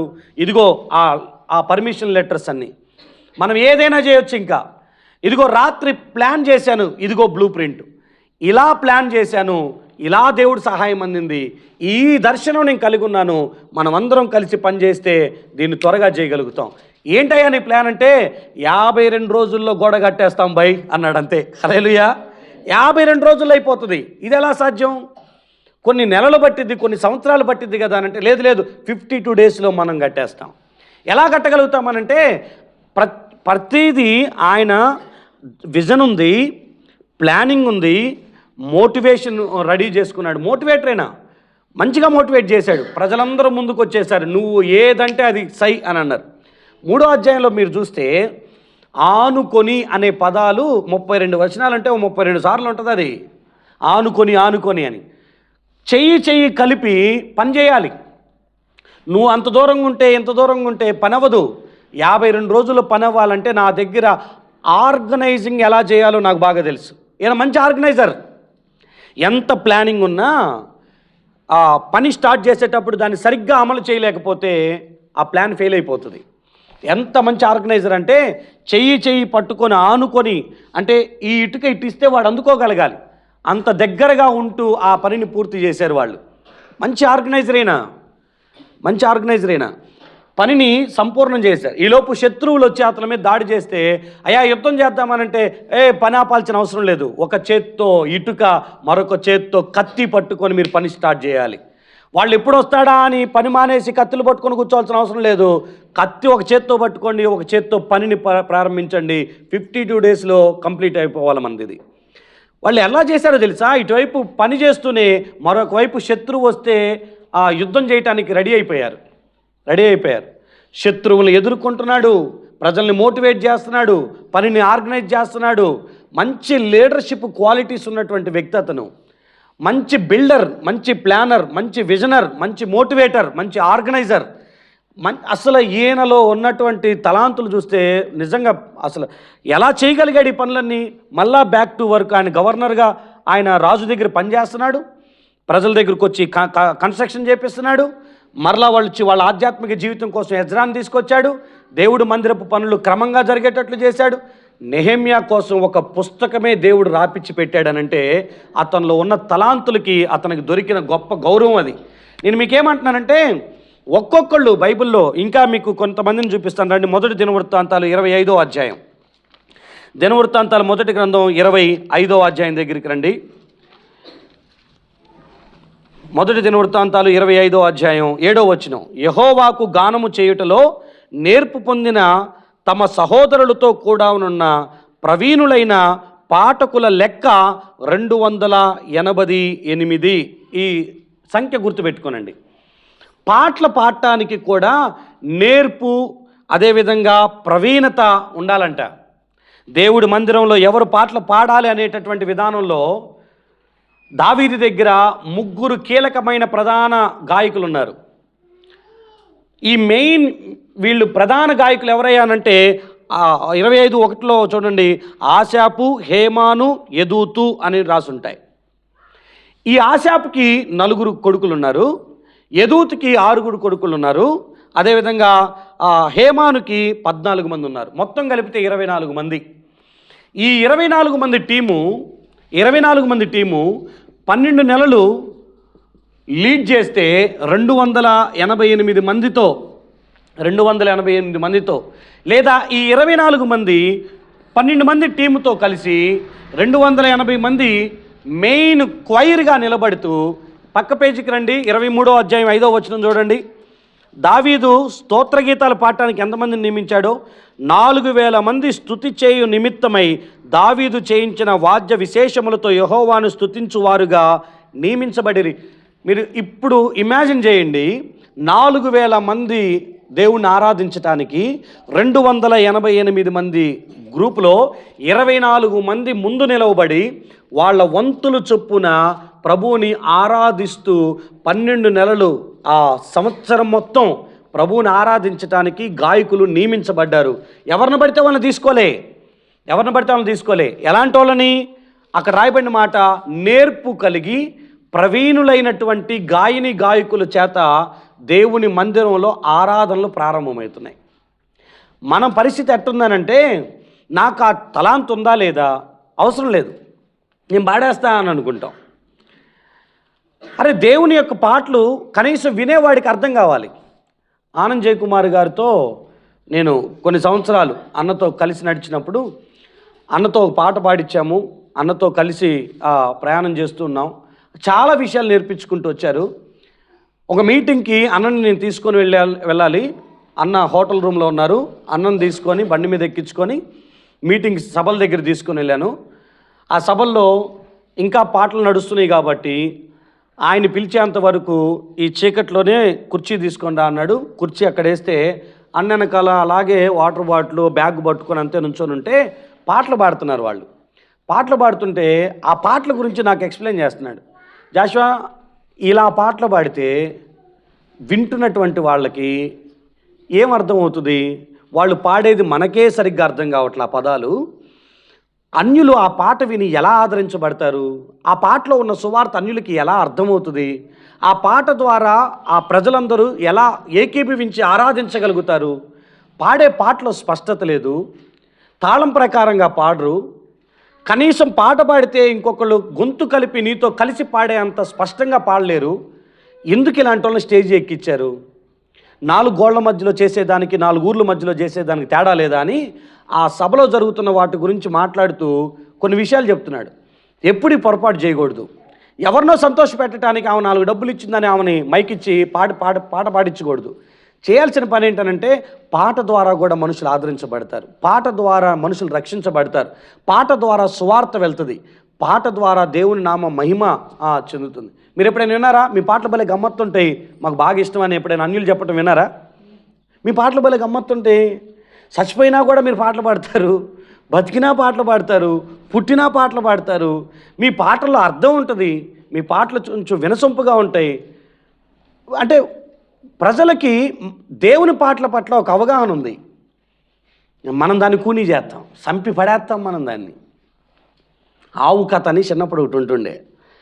ఒక కథ చెప్పురా అంటే ఒక ఆవు కథ ప్రిపేర్ అయ్యాడంటే వాడు. ఆవు తెల్లగా ఉండును, ఆవుకి 4 కాళ్ళు ఉండును, ఆవుకు ఒక తోక ఉండును, ఆవు పాలిచ్చును, అవి తెల్లగా ఉండును, అవి తోడెత్తే పెరుగవును, మజ్జిగవును అని మొత్తం ఒకటి తయారయ్యాడంట. వాడికి అదొకటే వచ్చు. ఇక పొరపాటున అసెంబ్లీలో అంటే స్కూల్ అసెంబ్లీలో టీచర్ అన్నారంట, ఆవు గురించి వద్దు కానీ నువ్వు హెలికాప్టర్ గురించి చెప్పురా అన్నారంట.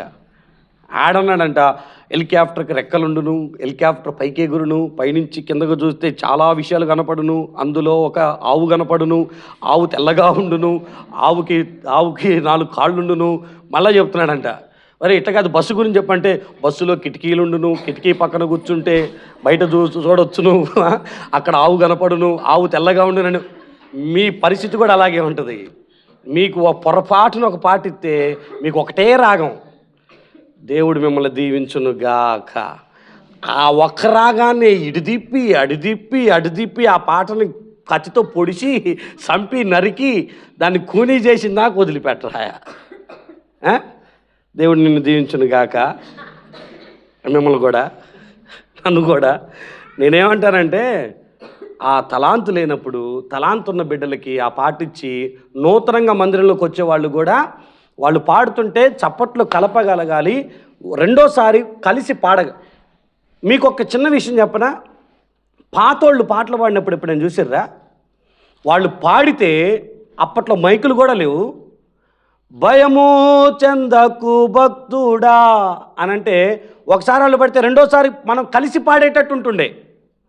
హలో హల్లెలూయా ఉన్నారా? ఏడ్నే వాళ్ళని మనం ఎడ్డిస్తాం కానీ వాళ్ళు పాడే పాటలో స్పష్టత ఉంది, పాడే పాట అర్థం ఉంది, పాడే పాటని కలిపి పాడగలిగాం.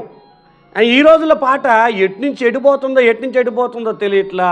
సుందరాబాయిని దేవుడు దీవించును గాక. ఫోన్ ఇచ్చి తప్పు చేశారా? దాన్ని పేక నొక్కే తొందరగా. ఇప్పుడు చూడండి, ఇటు చూడండి.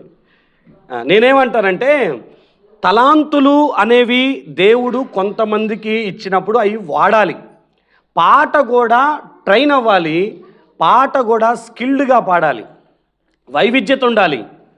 సో అది మనం ఇక్కడ చూడండి, దేవుని మందిరంలో అలా ఆరాధించడానికి 24 మందిని 12 గ్రూపులుగా 288 మంది వెనకాల 4000 మంది కలిసి ఆరాధిస్తుంటే ఆ పరవశమే వేరు, ఆ విధానమే వేరు. 2026లో ప్రతి మందిరంలో దేవుణ్ణి ఆరాధించేటటువంటి ఒక ప్రత్యేక గాన బృందం ఏర్పాటగునుగాక. చెప్పండి కదా హల్లెలూయా అని. మనం దానికి తగ్గట్లుగా ట్రైన్ అవుదాం, శిక్షణ పొందుకుందాం, తప్పే ఉంది. నేను ఇంకో మాట జ్ఞాపకం చేస్తున్నాను రండి. మీరు అపోస్తుల కార్యాలు 7వ అధ్యాయం 22వ వచనాన్ని చూస్తే అక్కడ మోషే గారి గురించి రాసి ఉంటుంది. ఐగుప్తులో ఉన్నటువంటి సకల విద్యలను మోషే అభ్యసించాడు. అంత మాత్రమే కాదు, మాటల యందును కార్యముల యందును ప్రవీణుడై ఉండెను అని రాసి ఉంటుంది. మోషే గారంట సకల విద్యలను అభ్యసించారంట. ఆయనకి ఈ టాపిక్ తెలియదంటానికి వీల్లేదు. పాలిటిక్సా, దాని గురించి అవగాహన ఉంది ఆయనకి చట్టం గురించా అవగాహన ఉంది, లా గురించి అవగాహన ఉంది. రాజు కదా, చట్టం నేర్చుకోవాలి, పాలిటిక్స్ నేర్చుకోవాలి, పరిపాలన నేర్చుకోవాలి, అడ్మినిస్ట్రేటివ్ నేర్చుకోవాలి. అతను ఏదన్నా తీర్పు తీర్చాలనంటే, జడ్జిమెంట్ చేయాలంటే దానికి సంబంధించిన రీసెర్చ్ మెథడాలజీ అతనికి అర్థం కావాలి. ప్రతిదీ ఆయన నేర్చుకున్నాడు. యుద్ధం నేర్చుకున్నాడు, మాటలు నేర్చుకున్నాడు, కార్యములు నేర్చుకున్నాడు. అతను అన్ని విషయాల్లో ప్రవీణుడు అని రాస్తుంది. అంత మాత్రమే కాదు, ఆయన మంచి రైటర్, ధర్మశాస్త్రాన్ని అందించగలిగాడు. దేవుడు ఒక మాట చెప్తే దాన్ని స్పష్టంగా అర్థవంతంగా రాయగలిగేటటువంటి రైటర్ ఆయన. మంచి లీడర్ ఆయన. 20 లక్షల మందిని ఒంటి చేత్తో నడిపించాడు ఆయన. ఒంటరిగా ముందు నడుస్తుంటే వెనకాల 20 లక్షల మంది కదిలొచ్చేవాళ్ళు. దేశం కదిలింది ఒక నాయకుడి కింద. నేను మీతో ఏమంటానంటే, ప్రతి ఒక్కళ్ళకి డిఫరెంట్ టాలెంట్స్, మల్టీ టాలెంట్స్ బైబిల్లో ఉన్నటువంటి వాళ్ళకి ఇవ్వబడ్డాయి. మరొక వ్యక్తి దగ్గర కానీ మొదటి సమూయేలు గ్రంథం 25వ అధ్యాయం 3వ వచనం నుంచి మీరు చదువుకుంటే అబీగయీలు అనేటటువంటి ఒక అమ్మాయి ఉంటుంది. ఇటు చూడాలి. అయిపోయింది మీ టైం అవుటా? అయిపోయిందా? మన పని అయిపోయిందా? అన్నా వచ్చిందే 1 గంటకు, అన్నా ఆల్రెడీ 2 అయ్యింది అన్నా అని అంటారా? హల్లెలూయా. ఇంకొక 10 నిమిషాలు ఇవ్వాల్సిందే మీరు. ఇవ్వండి, దండం పెడతా, ఇవ్వండి, ఓకేనా? నేనేమంటానంటే, ఈ బైబిల్లో ఉన్నటువంటి వ్యక్తుల యొక్క విధానాలన్నింటినీ మనం చూస్తుంటే నివ్వెరపోతాం, ఆశ్చర్యపోతాం. అబీగైల్ అనేటటువంటి అమ్మాయి కొన్నటువంటి ఒక తలాంత్ ఏంటో తెలుసా? ఆమె భర్త నాబాలు, పేరుకు అర్థం మొరటోడు, మోటువాడు. అయితే దావీదుని ఏదో అన్నాడు. దావీదుకి కోపం వచ్చి నాబాలుని చంపాలని బయలుదేరాడు. యెహోవా మీద ప్రమాణం చేసుకొని అతన్ని చంపేస్తాననుకొని బయలుదేరినప్పుడు ఈ విషయం అబీగైల్కి తెలిసింది. అబీగైల్ ఏం చేస్తుందో తెలుసా? కొంత కానుకను ప్రిపేర్ చేసుకుంది. అంటే ఈ అమ్మాయికి ఎంత సమయస్ఫూర్తి అంటే, శత్రువుకి కానుకిచ్చి వాళ్ళ మిత్రులుగా మార్చుకునేటటువంటి ఆ జ్ఞానం ఈ అమ్మాయికి ఉంది. అందుకే బైబిల్ సామెతలు చాలా స్పష్టంగా చెప్పిద్ది, నీ శత్రువు కంట బహుమానం ఇచ్చి ఆ శత్రుత్వాన్ని తీసేసుకోవాలంట. బహుమానం శత్రుత్వాన్ని తీసేసిద్ది. వాటన్నిటిని రెడీ చేసుకుంది, వెళ్ళింది. మృదువైన మాట కోపాన్ని, క్రోధాన్ని చల్లార్చిద్ది అన్నట్లు ఈమె మాట్లాడిన మాటకి చంపేస్తాను అనుకొని బయలుదేరినటువంటి వాడు కూడా కూలైపోయాడు. ఈమె ఎలా మాట్లాడిద్దానంటే, అయ్యా తప్పుని దాచిపెట్టి మాట్లాడుతులా, నా భర్త చేసింది తప్పే, ఏదో తాగిన మైకంలో అట్లా అన్నాడు. ఆయన పేరు నాబాలు, పేరుకు తగ్గట్టే మొరటోడు, మోటోడు. మాట్లాడటం తెలియదు, ఎలా మాట్లాడాలో తెలియదు. పొరపాటుగా అనేశాడు. నువ్వు చంపాలి అన్నంతగా పరిగెత్తుకుంటూ వస్తున్నావు. ఈ కార్యం యెహోవా నీకు చేయకుండా నిన్ను ఆపునుగాక. దేవుని తీసుకొచ్చింది మళ్ళీ మధ్యలో. భర్తను కాపాడుకోవటం కోసం తీయగా ఎంత నిదానంగా మాట్లాడుతుందంటే, సాఫ్ట్ టాకింగ్ స్కిల్ ఈమెకి సొంతం. మృదువైన మాటలు ఏమ దగ్గర, తీయటి మాటలు ఏమ దగ్గర. ఏమో మాట్లాడితే కోపం కూడా తగ్గిపోయింది. మనం మాట్లాడితే కోపం లెగుతాయి. ఇక అది అప్పుడప్పుడు అంటే గోరుతో పోయేదాన్ని ఎడదాకా తెచ్చినావు గొడ్డలు. ఎప్పుడైనా వచ్చినాయా అట్లాంటి పరిస్థితులు ఇంట్లో? ఒక్క మాటతో పానివరే, ఒక్క మాటతో వదలరే. కొరుకుడు పుండు మీద చెమలు కూర్చున్నట్టు ఆ పుండు మీద ఇట్టి అంటా కూర్చుంటే గొడవ పెట్టరేగిపోద్ది తప్ప.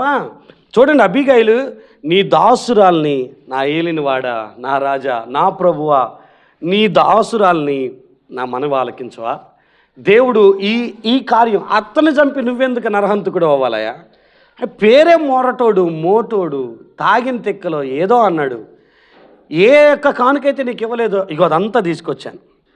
ఇదంతా తీసుకొని నా భర్తను క్షమించి వదిలేసి, ఆమె చూపినటువంటి ఆ జ్ఞానానికి, ఆ సమయస్ఫూర్తికి దావీదే ఫిదా అయిపోయింది. ఇక దావీదేమన్నాడు తెలుసా? ఇదిగో దేవుడు నిన్ను పంపించి ఈ కార్యం చేయకుండా దావీదు పలానా వ్యక్తిని చంపేశాడు అనేటటువంటి ముద్ర చరిత్రలో నా మీద పడకుండా ఈరోజు దేవుడు నీ ద్వారా నన్ను ఆపాడని అక్కడి నుంచి వెనక్కి వెళ్ళిపోయాడు దావీదు. చంపాలనుకొని పగ తీర్చుకోవాలనుకునే వాళ్ళు కూడా నీ మాటలతో మారిపోవుదురు గాక. హల్లెలూయా. మనం అట్లుండదు. ఇంటి ముందు వాళ్ళకి ఇంటి ఎదురు వాళ్ళకి నీకు గొడవ జరిగిద్ది. చెత్త ఊడ్చేటప్పుడు గాలెట్టి పోయి భర్త రాగానే చెప్పాల్సిన అవసరం ఏముంది? చెత్త గొడవే కదా. ఏందది? గొడవ చెత్త గురించే కదా, మీరు చూసుకోవాల్సిందే కదా. అలిసిపోయి వచ్చిన భర్తకి ఇక ఇంతలా ముఖం పెట్టుకొని కూర్చొని ఏడుతూ, ఇగో ఇంటి ముందు అట్టంది ఇట్టంది నువ్వు పట్టించుకోవా, నీ చేతులు ఎరగా అంటున్నావు అనుకో, ఈయనకు కోపం వచ్చిద్ది, వెళ్ళి వాళ్ళ మీదకి వెళ్తాడు, వాళ్ళ భర్త ఊరుకోడు, మీ ఆయన్ని కొడతాడు. మీ మధ్యలో జరిగిన గొడవ ఇద్దరు మొగోళ్ళు కొట్టుకొని తలకాయలు పగిలేటట్టు చేసుకుంటారు. చివరికి ఏమైద్ది అయ్యానంటే నీ భర్త రేపు డ్యూటీకి వెళ్లకుండా ఈ స్టేజ్లో కూర్చోటానికి కారకు రాలివి. దేవుడు మిమ్మల్ని దీవించును గాక. నేనేమంటానంటే కొంచెం మీ మాట కోపాలు తగ్గాలి, ప్రతీకారాలు పగలు తగ్గాలి. మీరు మాట్లాడితే ప్రజలు వినగలగాలి. దావీదు ఎవరి మాట వినడండి. దేవుడి మీద ప్రమాణం చేసి కత్తి తీసుకొని వెళ్ళాడు. ఒక స్త్రీ వచ్చి మాట్లాడుతున్న ప్రతి మాట మీరు గమనించండి. 25వ అధ్యాయం ఇంటికెళ్ళి చదవండి. నీ దాసురాల్ని, నా ప్రభువు, నా ఏలినవాడు, నా రాజువి, అయ్యా నువ్వెందుకయ్యా ఈ పాతకం కట్టుకోవటం? ఆడు మొరటోడు, మోటోడు, తాగిన మాటలు మాట్లాడాడు, క్షమించు అని బ్రతిమలాడుకుంటూ మాట్లాడి కానుకనిస్తే ఆ కానుకను తీసుకొని వెనక్కి వెళ్ళిపోయాడు ఆయన. సో నీకు సాఫ్ట్ టాకింగ్ స్కిల్ ఒకవేళ ఉంటే అది దేవుడు నీకు ఇచ్చినటువంటి తలాంతు, దాన్ని కాపాడు. ఎంత ఇబ్బందికరమైన సిచ్యువేషన్లో కూడా చాలా కూల్గా మాట్లాడగలిగేటటువంటి టాలెంట్ నీకుందా, దాన్ని జాగ్రత్తగా కాపాడుకో. మరొక విషయాన్ని జ్ఞాపకం చేస్తాను. కొలస్సీ పత్రిక 4వ అధ్యాయం 14వ వచనంలో లోకా గురించి చెప్తూ పౌలు గారు అంటారు, మన ప్రియుడైన వైద్యుడు లోకా మీకు వందనాలు చెప్తున్నాడు అని అంటారు. ఆయన వైద్యుడు, లోకా అనేటటువంటి ఆయన సేవకుడు మాత్రమే కాదు, ఆయన ఫిజిషియన్, ఆయన వైద్యుడు, డాక్టర్. ఆయన అంత మాత్రమే కాదు, ఆయన చరిత్రకారుడు, చరిత్రను రాయగలిగినటువంటి వాడు. లోకా సువార్తను ఆయనే రాశాడు, అపోస్తుల కార్యాలు ఆయనే రాశాడు. చరిత్రకారుడు ఆయన. రైటింగ్ టాలెంట్ ఉంది ఆయనకి, వైద్యం చేయగలిగే టాలెంట్ ఉంది. ఆయన సేవకుడు మాత్రమే కాదు, వైద్యం చేస్తాడు, ఇది చేస్తాడు.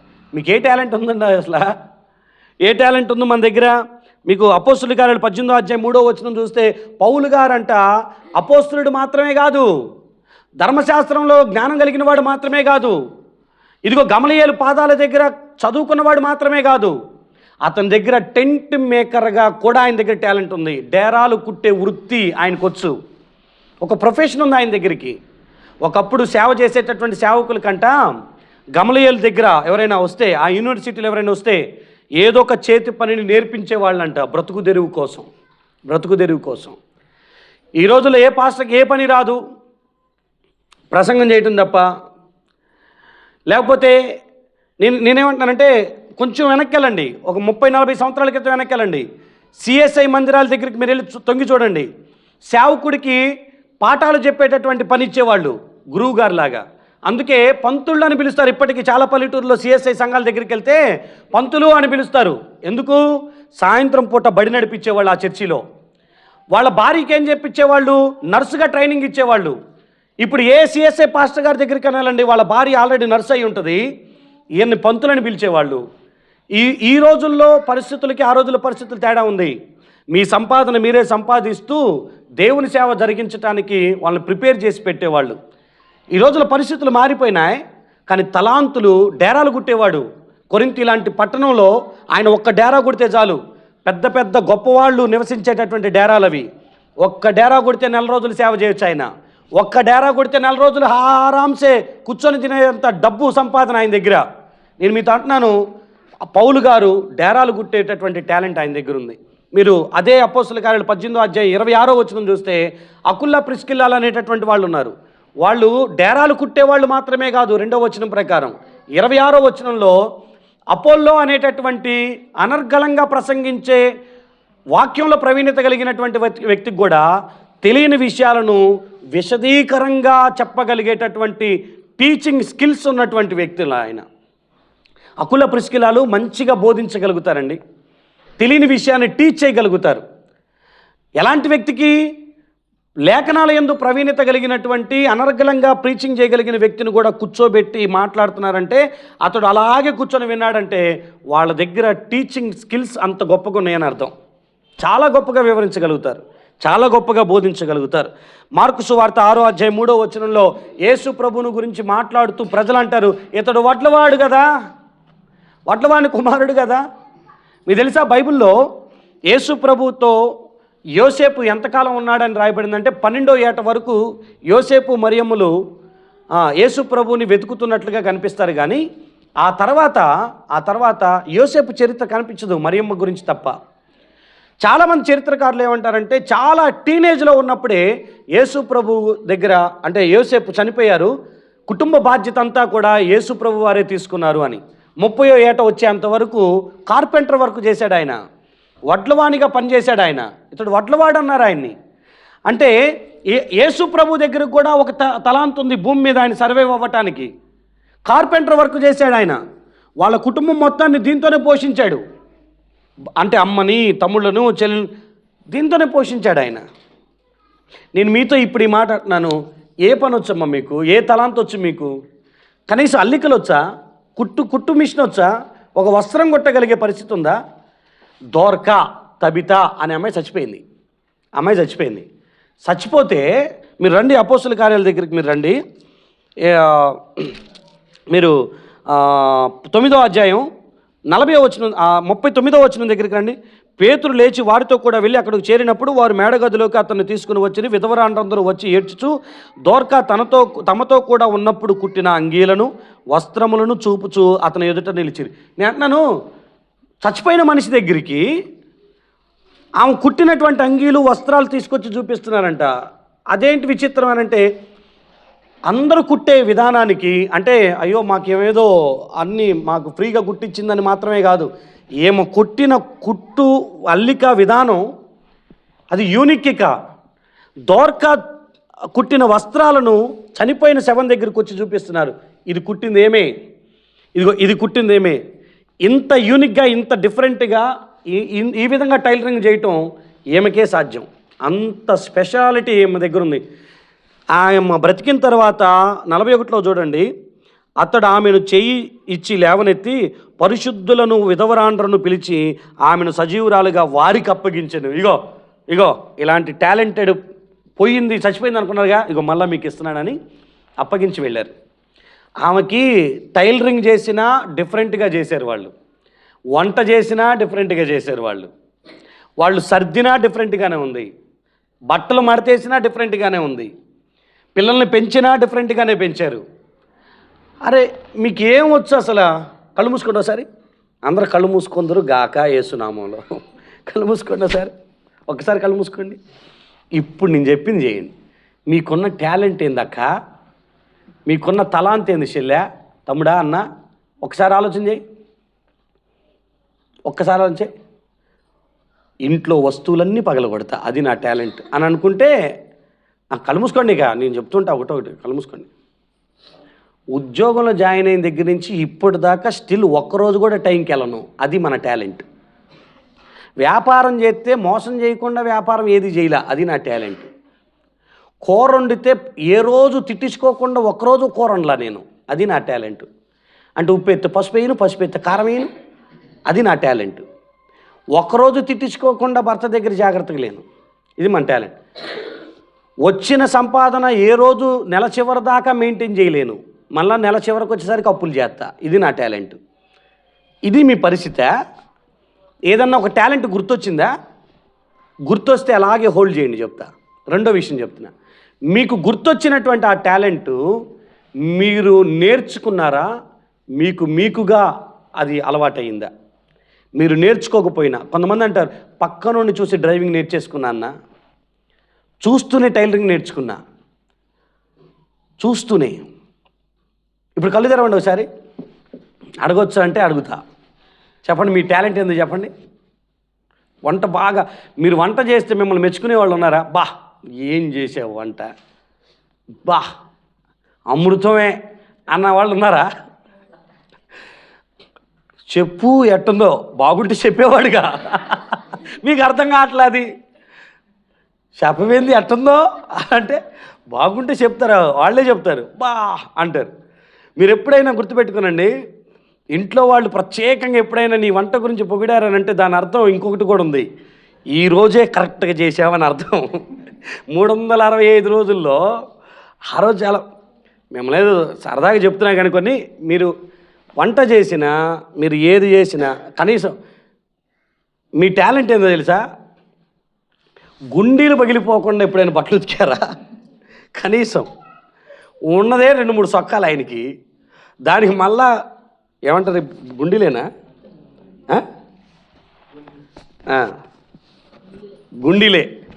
గుండీలు పగిలిపోకుండా మళ్ళీ పైపెచ్చి మనం అంటాం ఆయన కాంటా పెట్టుకుంటాడు పాపం ఉన్న సొక్కాకే అని, అట్ట కాదు కనపడకూడదు లోపలికి వెళ్ళి పెట్టాలంట. అది లోపలికి వెళ్ళి పెట్టేది గుండీ పగలగొట్టుకుంటుంటే సరిపోతుండే కదా. పోనీ నీకు అసలు కనీసం బట్టలు కొట్టడం తర్వాత సంగతి దేవుడు ఎరుగు, బట్టనన్నా కొట్టడం వచ్చా నీకు? కాంటా పెట్టి పంపించే లోపు బట్టలు ఉతికిన తర్వాత దాన్ని మడతేసే లోపు ఎన్ని గుండీలు పోయినాయి ఒకసారి చూసుకొని, అమ్మో పోయినట్టుంది పాపం మా ఆయనకి రేపు పొద్దున ఎట్టా అని ఒక గుండి గుట్టి పెట్టే అంత టాలెంట్ అని ఉందా లేదా? నేర్చుకుందరు కాక ఇటు తిట్టించుకోకూడదంటే నేర్చుకోవాలి కొన్ని. అయ్యా మీ ఇంట్లో ఏది వస్తువు కొరత లేకుండా అన్ని సమృద్ధిగా తీసుకొచ్చి పెట్టినటువంటి టాలెంట్ మనకి ఎప్పుడైనా ఉందా? మనకు ఉండదు. ఇంట్లో వాళ్ళకి కొరత లేకుండా చూసుకొని చెప్తున్నాలే, అవి కూడా మళ్ళీ మా ఆడవాళ్ళే అంటున్నారని అదో బాధ అయింది.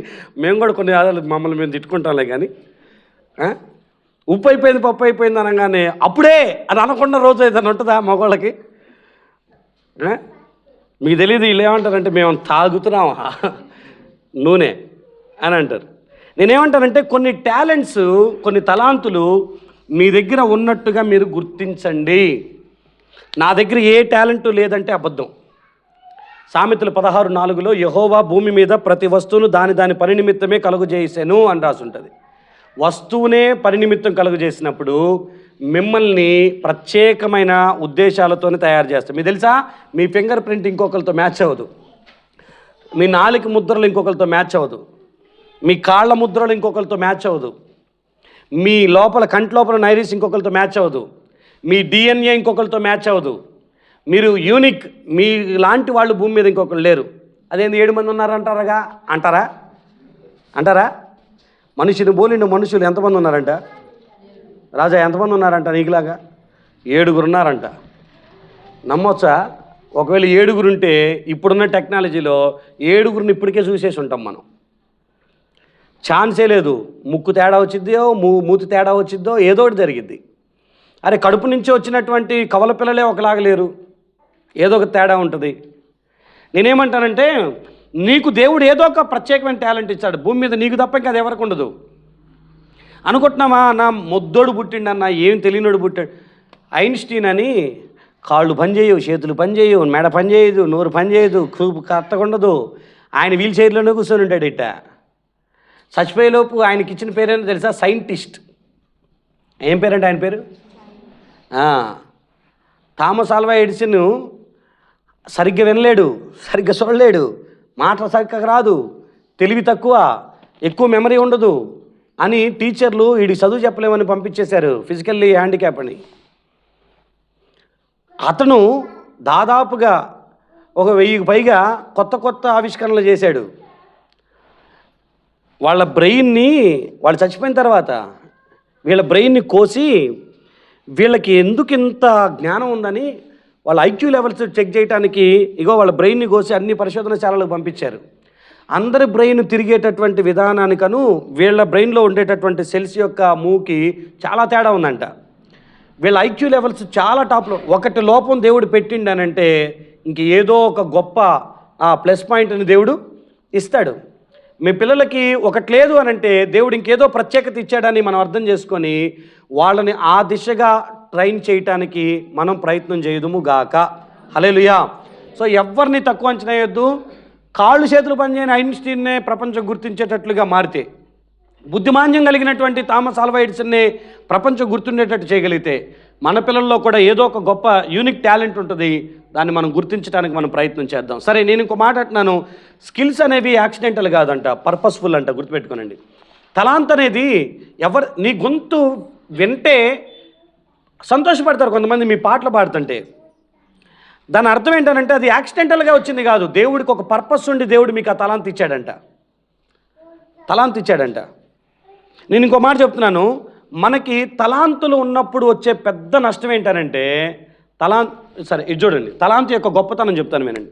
నీ దగ్గర స్కిల్ ఉండి లేకపోతే నీ దగ్గర చదువు ఉండి వయసు ఉండి బలం ఉండి ఎన్నున్నా దాని పక్కన స్కిల్ అనే ఒకటో నెంబర్ రాకపోతే వాటి ఏటికి విలువ ఉండదు.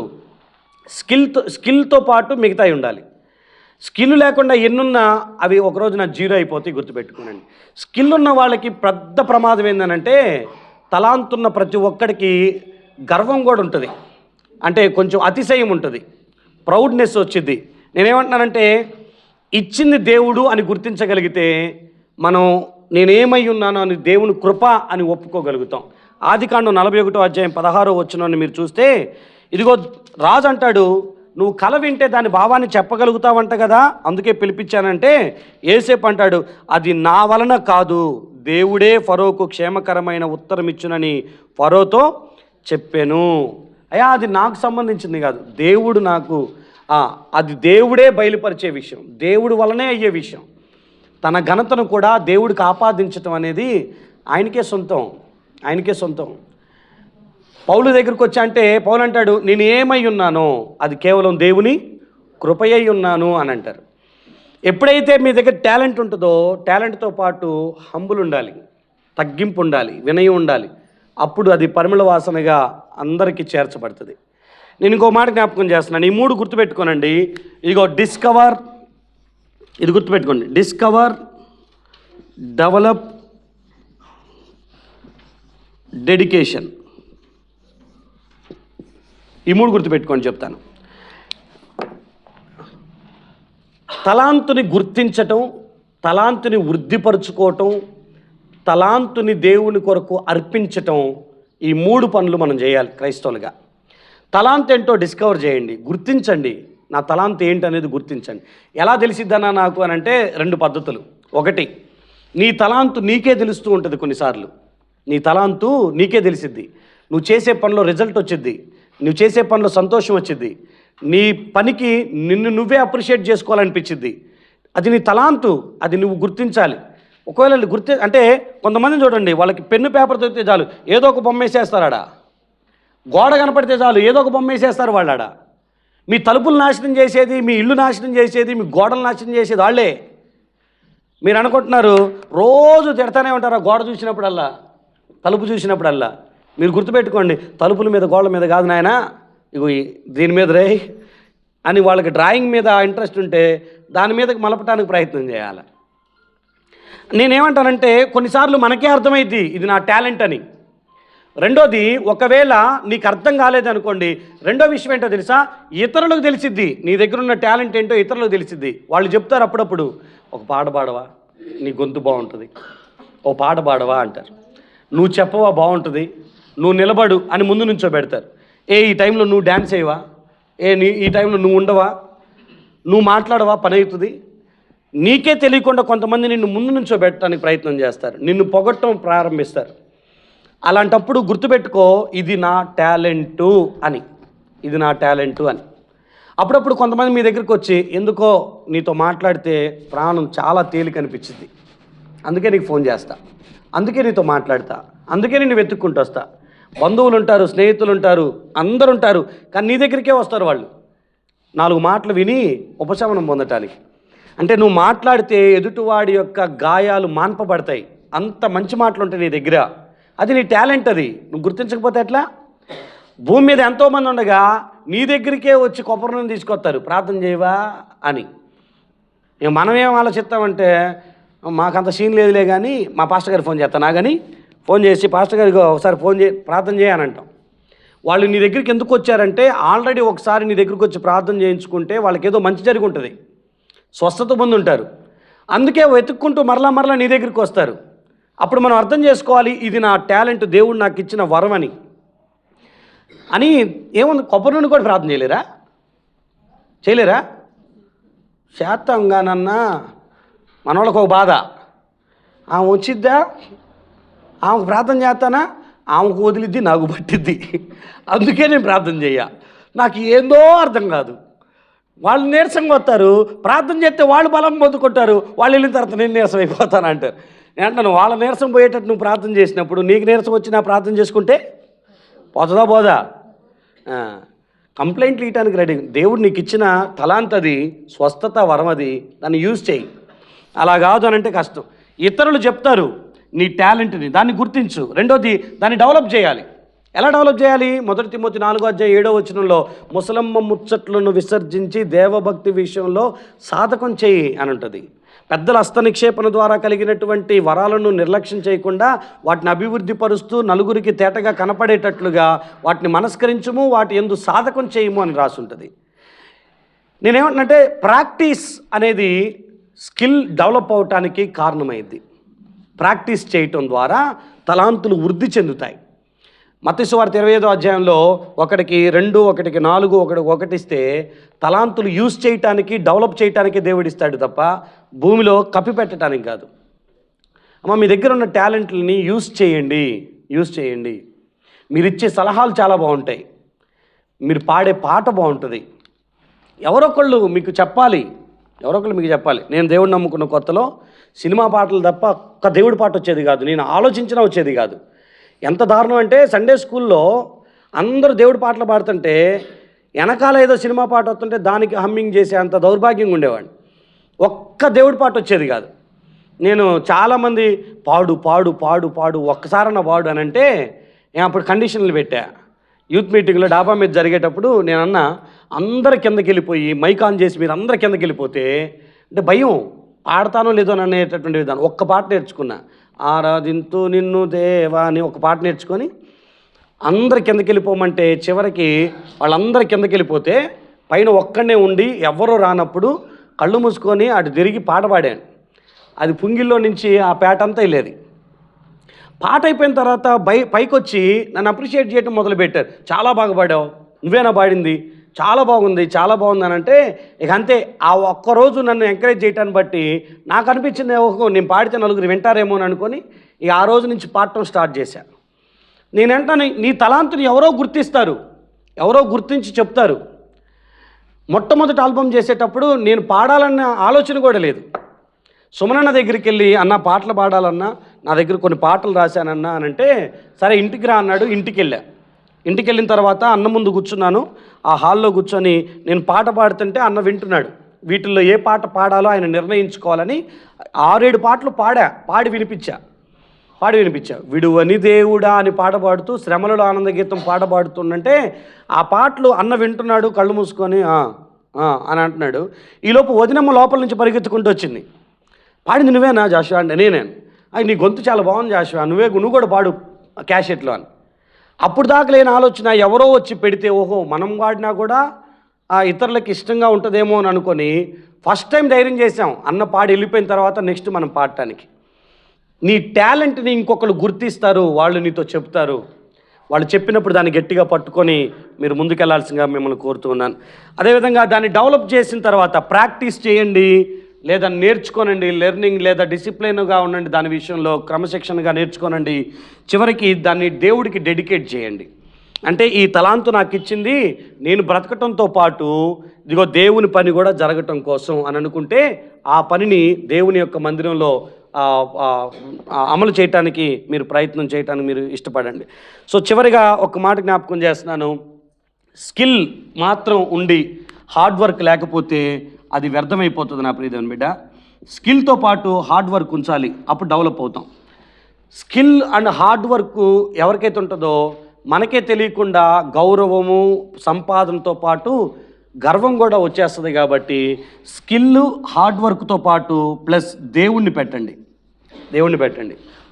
మొదటి సమూయేలు గ్రంథం 16:18 దావీదంట చమత్కారంగా వాయించగలిగిన వాడు, యుద్ధ నేర్పరి, సూర్యుడు, అదేవిధంగా మాట నేర్పరి, మరియు దేవుడు అతనికి తోడుగా ఉన్నాడు అనే పదం చేరుస్తారు.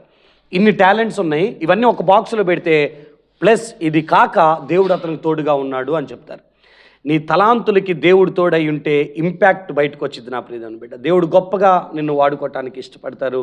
కొన్నిసార్లు ఈ 2 పనులు చేసినా కూడా నాకు అర్థం కాలేదు, ఇతరులు చెప్పినా అర్థం కాకపోతే ఇప్పుడు 3వ పని చేయండి. జకర్యా గ్రంథం 4:6 ప్రకారం మన శక్తితో మన బలంతో అర్థం కావట్లేదు అనుకోండి, దేవుని ఆత్మ సహాయంతో నాలో ఉన్న తలాంతులేంటో ప్రార్థనాపూర్వకంగా దేవుడిని అడిగి తెలుసుకొని వాటిని వృద్ధిపరచుకోవాల్సిందిగా మిమ్మల్ని అందరినీ కోరుతున్నాను. దేవుడి మాటలు దీవించును గాక. మోకరించండి, కళ్ళు మూసుకోనండి, ప్రార్థన.